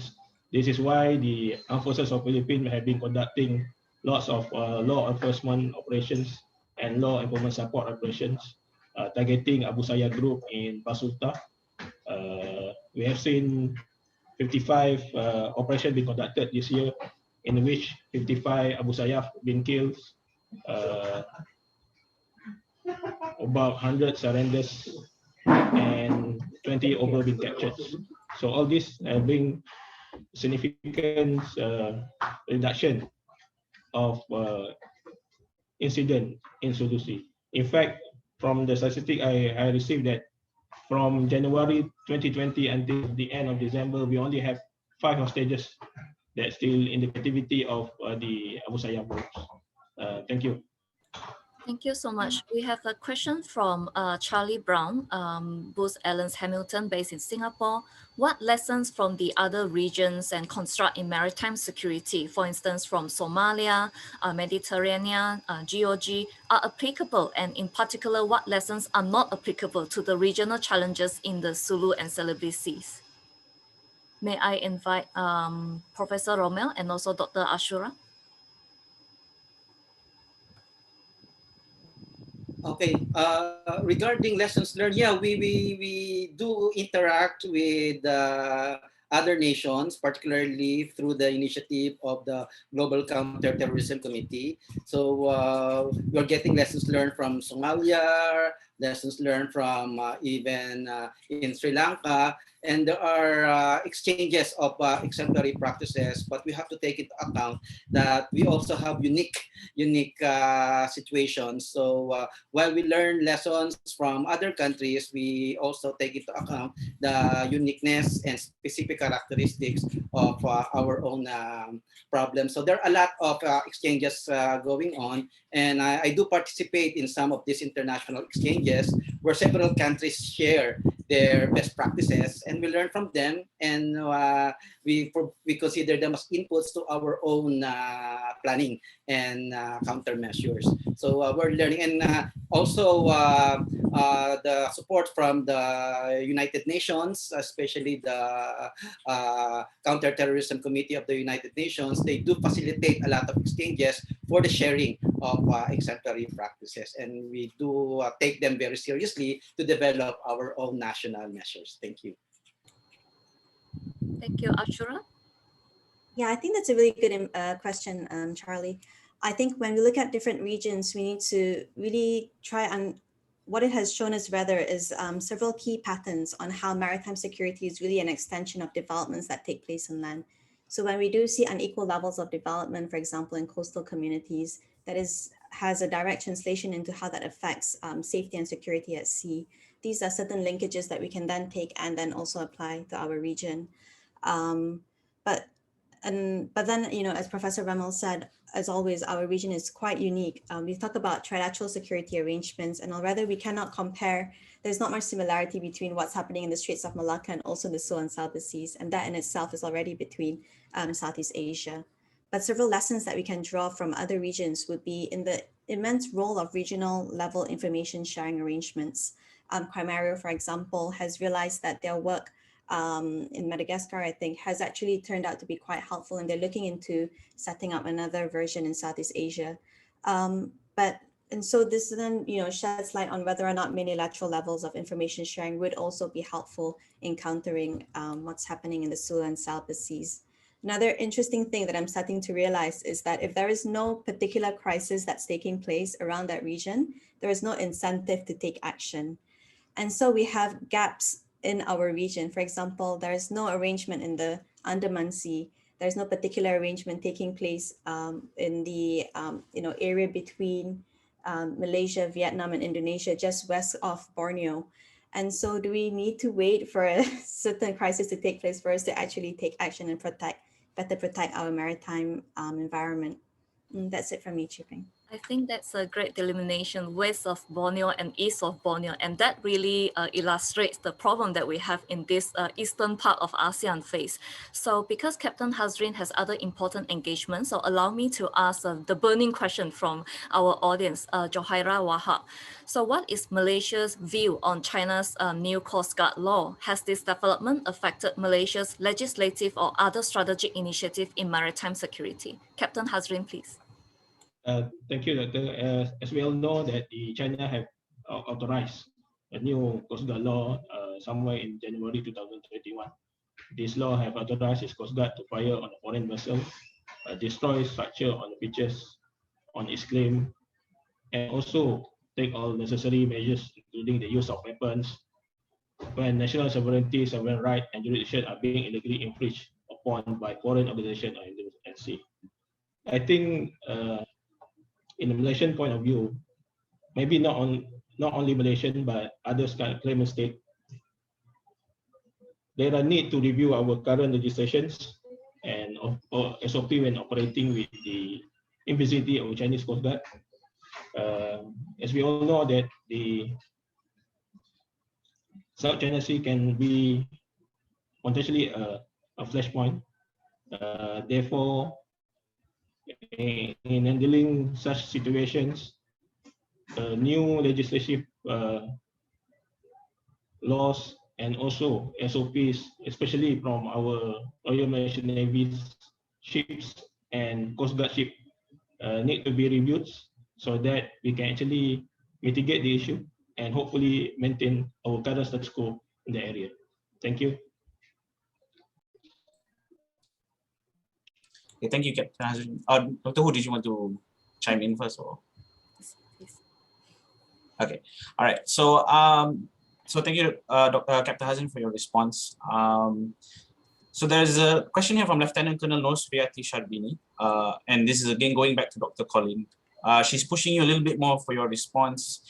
Do you think we will see a militarized South China Sea stemming from arrangements of the littoral South China Sea countries with great powers? Dr. Collin, if you'd like to respond to that. Thank you, Nick. So if I get it right, are we talking about the likelihood of further militarization of the South China Sea? Yes, I believe that was sort of the gist of the question.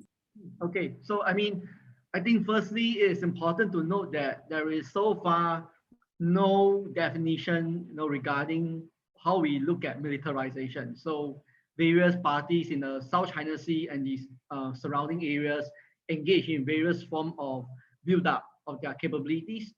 But again, if we just count the littoral Southeast Asian countries around the South China Sea, the extent of militarization certainly pales in comparison to China.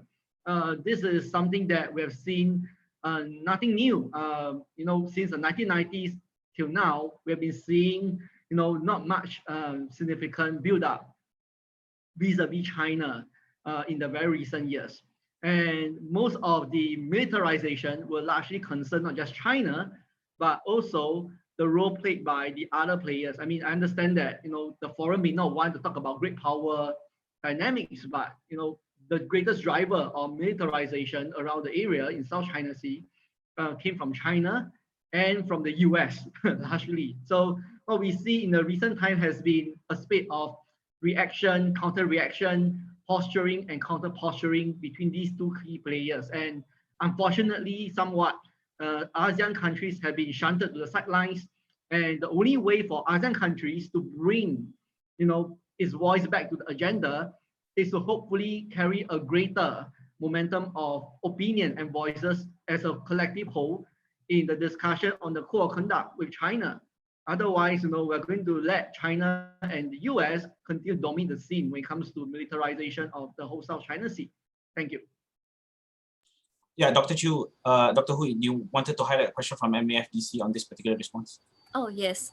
So there is one international course participant. So given claims of Duterte wants to move Manila closer to Beijing, so does this decision extend the US VFA come from the concerns about China's South China Sea claims, especially in the Spratly Islands? So this question is open to anyone who wants to provide response on it.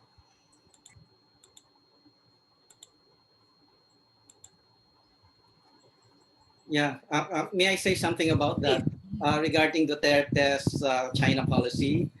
It is a misconception that the Philippines is moving closer with China. No, it's part of the tactics. We maintain our security alliance with the United States.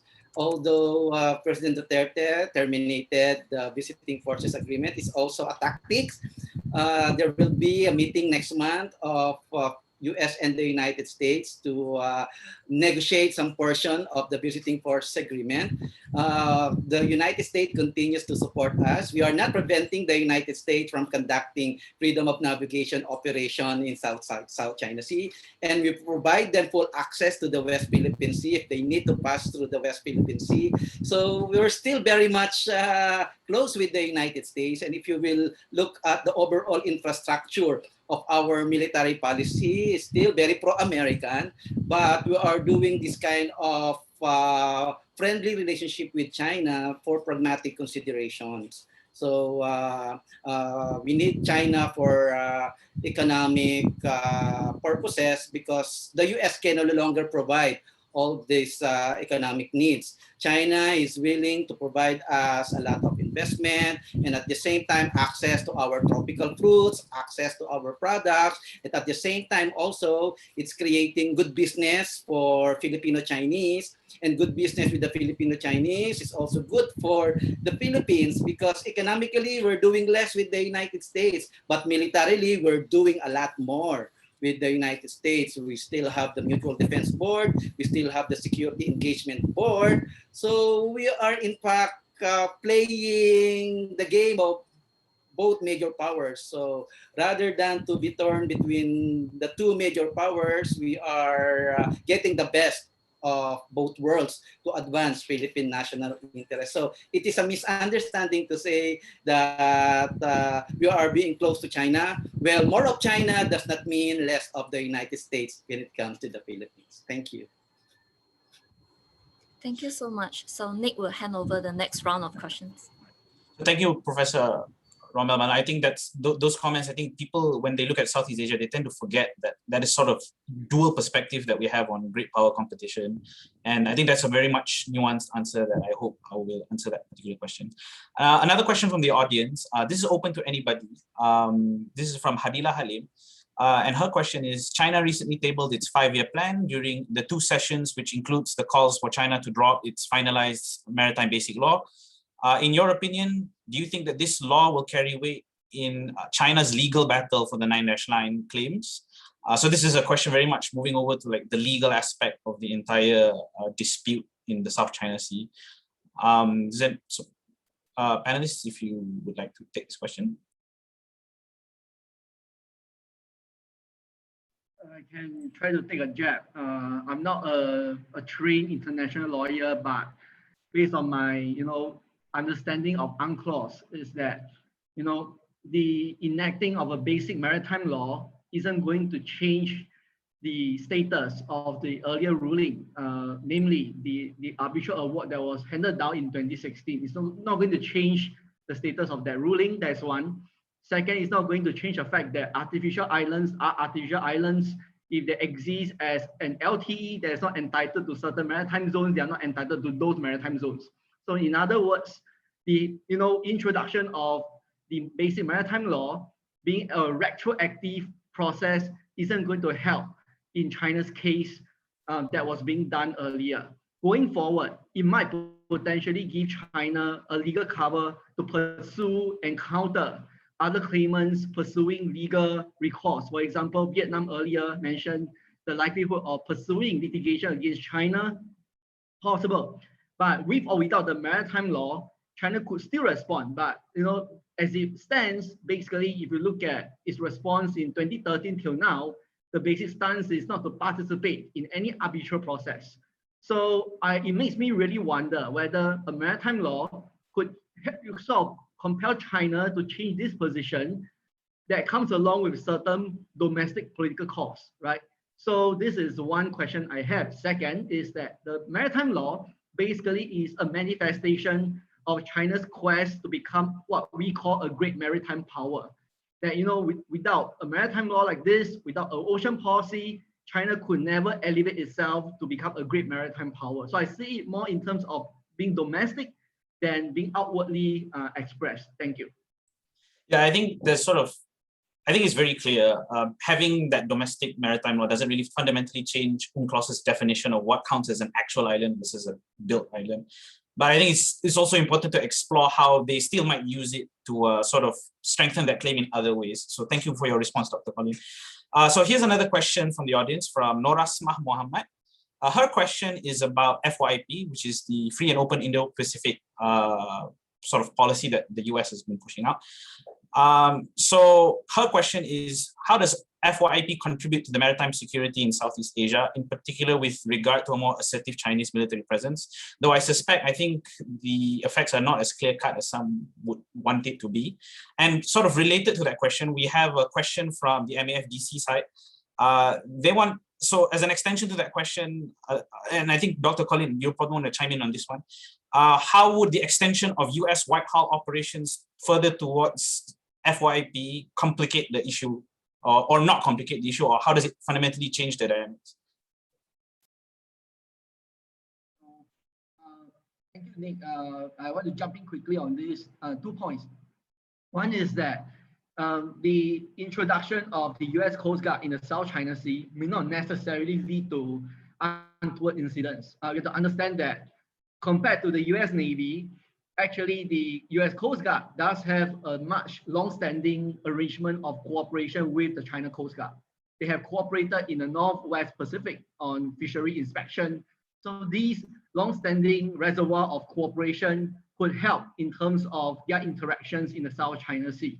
So I think this is one point to highlight, is that the USCG's introduction in the South China Sea may not necessarily lead to untoward incidents with China. That's one.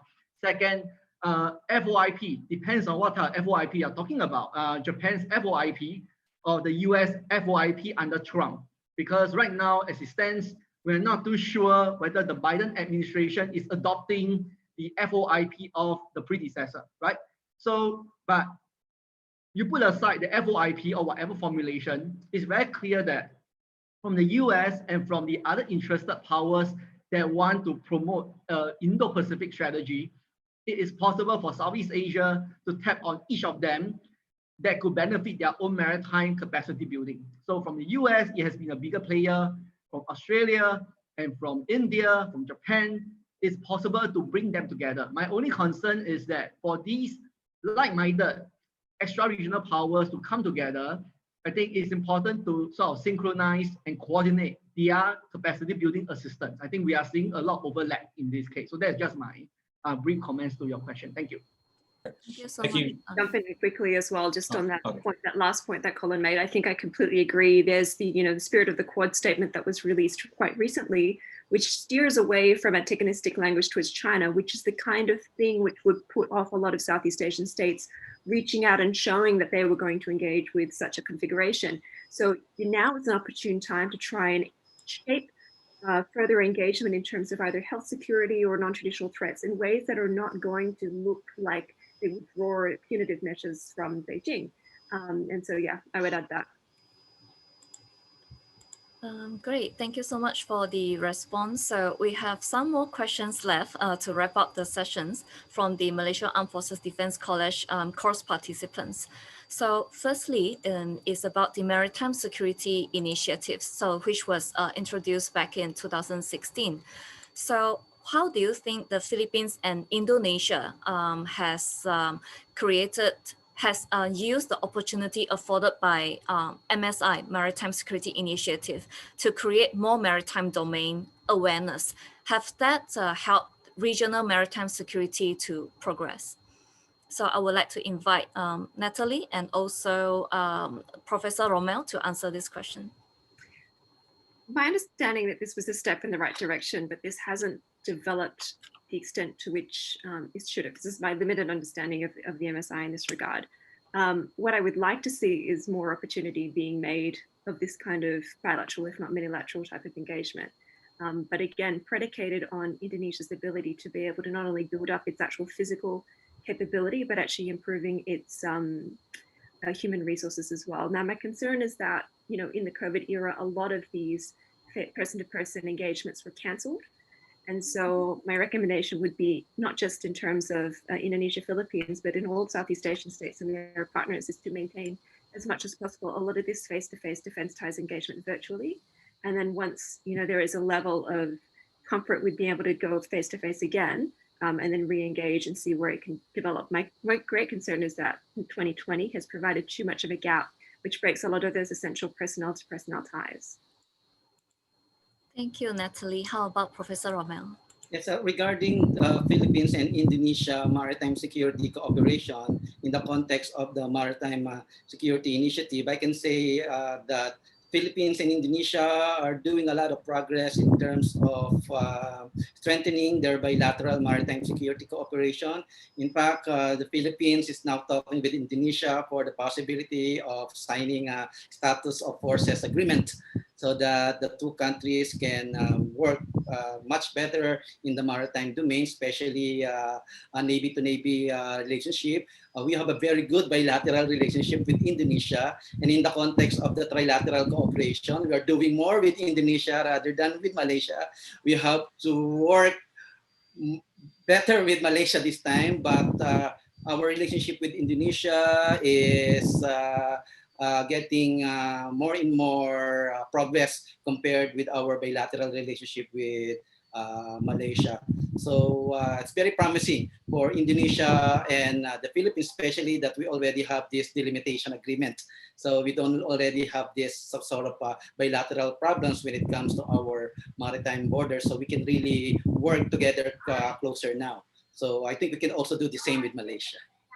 I think it sounds like it's time to revive Mafilindo trilateral cooperation. Definitely look forward to that trajectory. And finally, someone asked about Australia. So what kind of cooperation that Australia and Indonesia can embark on the transnational crime in the Sulu and Sulawesi seas? That's an interesting one because Australia and Indonesia actually have a very mature maritime security relationship that doesn't just extend in terms of coordinated patrols between Indonesia, the navies, but also very much between civilian maritime agencies as well. There could be some potential bolstering that because there already is a high level of cooperation on terrorism related and transnational crime between the two sides. Using other processes like the Bali process, which is co-hosted by Australia and Indonesia, which covers transnational human security issues as well. But I think it would probably be much more effective if that was something that was done trilaterally. And I wrote an article actually about trilateral maritime security cooperation between Australia, Indonesia, and the Philippines a few years ago, which I, hopefully maybe we can link somewhere. That really says that's a priority area given the level of Australian interest in supporting operations in Marawi. There is already this highly developed bilateral security relationship between Australia and Indonesia, and even more bolstered security relationship between Australia and the Philippines since late 2017. So it seems like a natural extension of that would be to engage even further looking at that trilateral cooperation for the purposes of making sure that there is a deconflicting overlap, and particularly in terms of information sharing as well as something that the other panelists have talked about today. Great, thank you so much, Natalie. So I think last question on the set on maritime terrorism. So there is a disconnect between our focus on land-based terrorism and also maritime. So it seems like the Navy and the Army doesn't work too well together. So there is this problem about efficacy in implementing any strategy in curbing such problem. So for instance, the kidnap for ransom in East Coast of Sabah still occur until today. So are the enforcement not effective? And secondly, on the Bangsa Moro Basic Law. So how does Professor Rommel would assess the efficacy of this law in fighting terrorism in the Philippines? Well, you're asking about the Bangsamoro Basic Law? Mm-hmm. Yeah, well, the Bangsamoro government is asking for extension of their term because apparently their transition period is not enough to really perform well. There's what we call now performance deficit when it comes to the Bangsamoro government. It's creating some grievances also, and also with the attempt of existing local politicians to really hijack the agenda of the Bangsamoro government. It's really very challenging. So I hope they will be able to overcome that within the time frame provided by the extension of the transition period. Otherwise, we will see another cycle of violence happening because of the frustrations and rising expectations of some people, and even relative deprivation. So it's really very big problem for the Bangsamoro government. The Bangsamoro basic law is giving you heaven and earth, but situation on the ground is telling you different thing. And the MILF is it's better in fighting rather than running a government. They are better in running a rebellion rather than running a government. So that's a basic problem of the Bangsamoro government. And my fear is that when election happens again in the Bangsamoro region or the Bangsamoro Autonomous Region of Muslim Mindanao, I'm afraid that traditional local politicians with connections with armed groups in Mindanao can hijack the overall agenda of the Bangsamoro government. If that happens, then we will see another episodes of violence in the southern Philippines. So in addition, may I say a little bit about the Hawala system because of the misconception that the Hawala system is the main source of terrorist financing in Southeast Asia, particularly in the southern Philippines. While Hawala system is being used by armed groups in the southern Philippines to finance their terrorist activities, it only represents a very small portion of terrorist financing. In my research, the large bulk of terrorist financing in the Philippines is coming from smuggling of money itself. You know, they smuggle money to the southern Philippines. All foreign terrorist fighters going to the Philippines, they are facilitated by armed traffickers, by smugglers, and they carry with them huge sum of money, and they use this to finance terrorist activities. And at the same time, they also use ordinary remittance facilities. They run their own money exchange business. They run their own remittances business, and they use this as a cover to finance terrorist activities. And most importantly, the main source of the terrorist financing in the Philippines, particularly the Abu Sayyaf group, is kidnap or ransom. So Hawala only represents a small portion of terrorist financing. That's all. Very interesting. Thank you so much for sharing. Over to you, Nick. All right. So this will be the last set of questions before we start having concluding remarks. And these questions come from the MAFDC. And I think there are very interesting questions that I don't think we've touched on. So we've touched on it a little bit. So the first part of the question is asking about how do we legally interpret the combatant status of those sort of sub-paramilitary fishermen and militia units.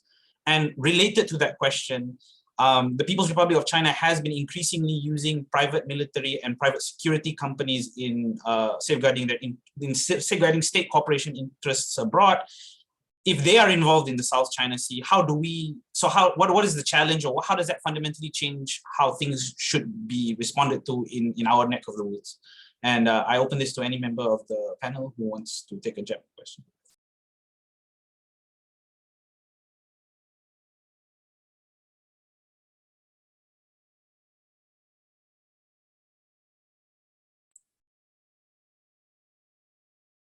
Anyone wants to? Okay, I think so. To reframe the question, so one of the biggest elephant in the room in South China Sea and anywhere is about this illegal fishing issue.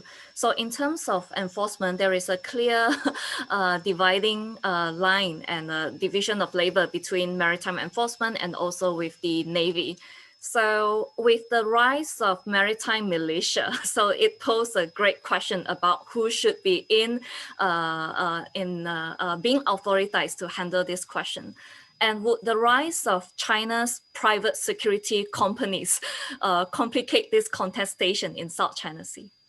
Yeah. I would like to share the experience of the Philippines and China in the context of the bilateral consultative mechanism in the South China Sea, because we brought that issue to the attention of China, that we are very much concerned about militia activities in the South China Sea, particularly in the West Philippine Sea, and the use of private security professionals to protect their fishermen. So in the context of the discussion of the bilateral consultative mechanism in the South China Sea, there were some proposals to address that problem, particularly unregulated fishing and unreported fishing activities in the area. So one proposal is we created already a working group to discuss the possibility of joint fishery management between the Philippines and China. And we hope that if the joint fishery management will achieve something between the Philippines and China, we can also showcase that to the rest of members of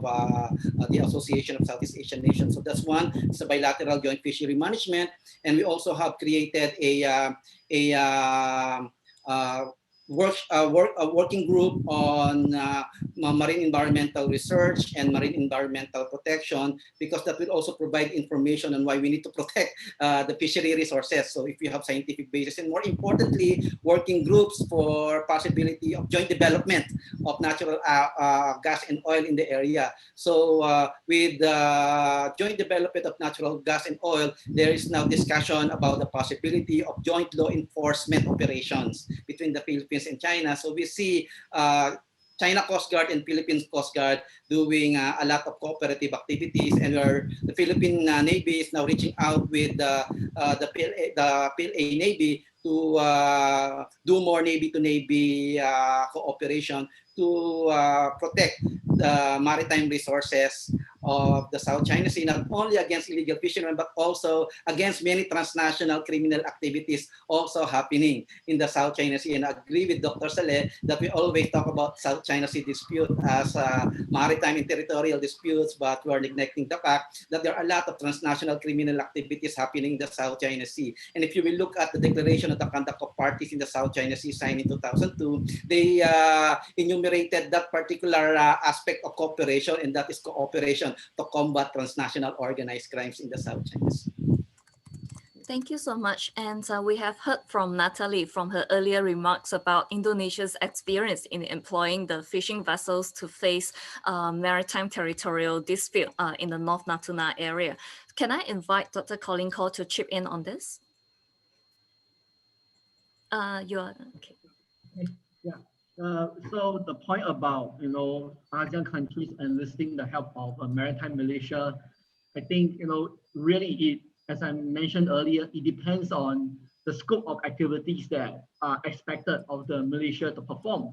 If we are talking about the same type of activities that the China Coast Guard, for instance, is supposed to perform, then it's going to be very challenging for the ASEAN member states, largely because the Chinese do have the advantage and the lead when it comes to the extent of organization, the extent of training, the extent of equipping of their militia.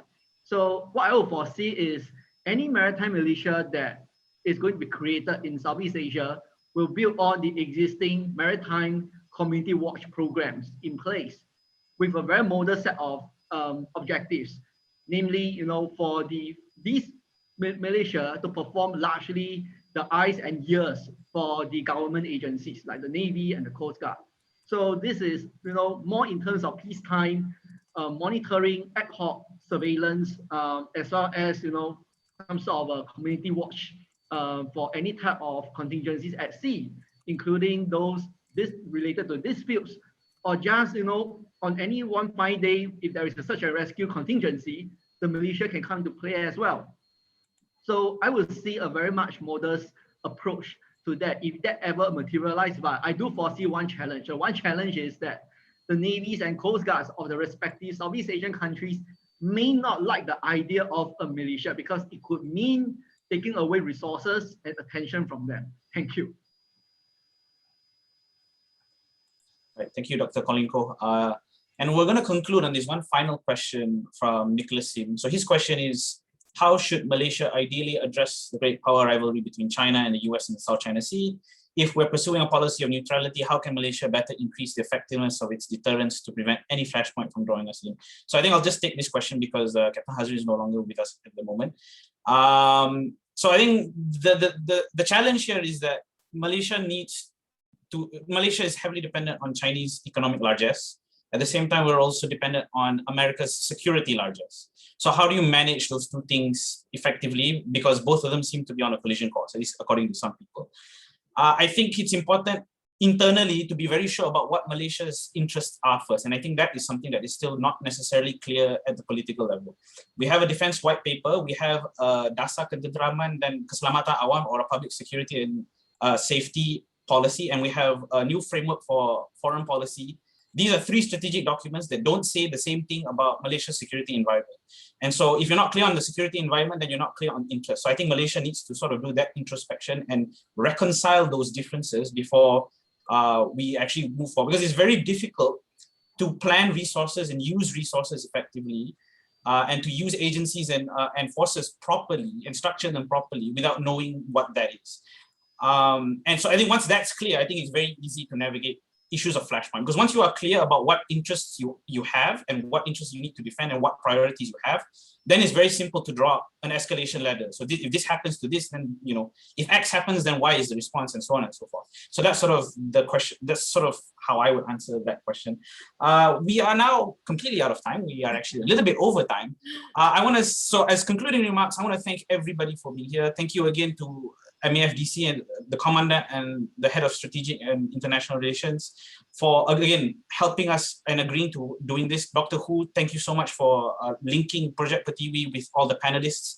And again, I think a lot of conversations were had today, and I think the common thread is that ASEAN in general has sort of two fronts or two sort of spaces that they have to keep in mind. So you have the great power issue, and then you also have within South China Sea the not so flashy but equally important non-traditional issues that require resolution. And in some cases there might be some overlaps, but in a lot of cases it seems that we have a lot of mutually exclusive requirements for resources. So the question is, how do we balance them out in the coming years?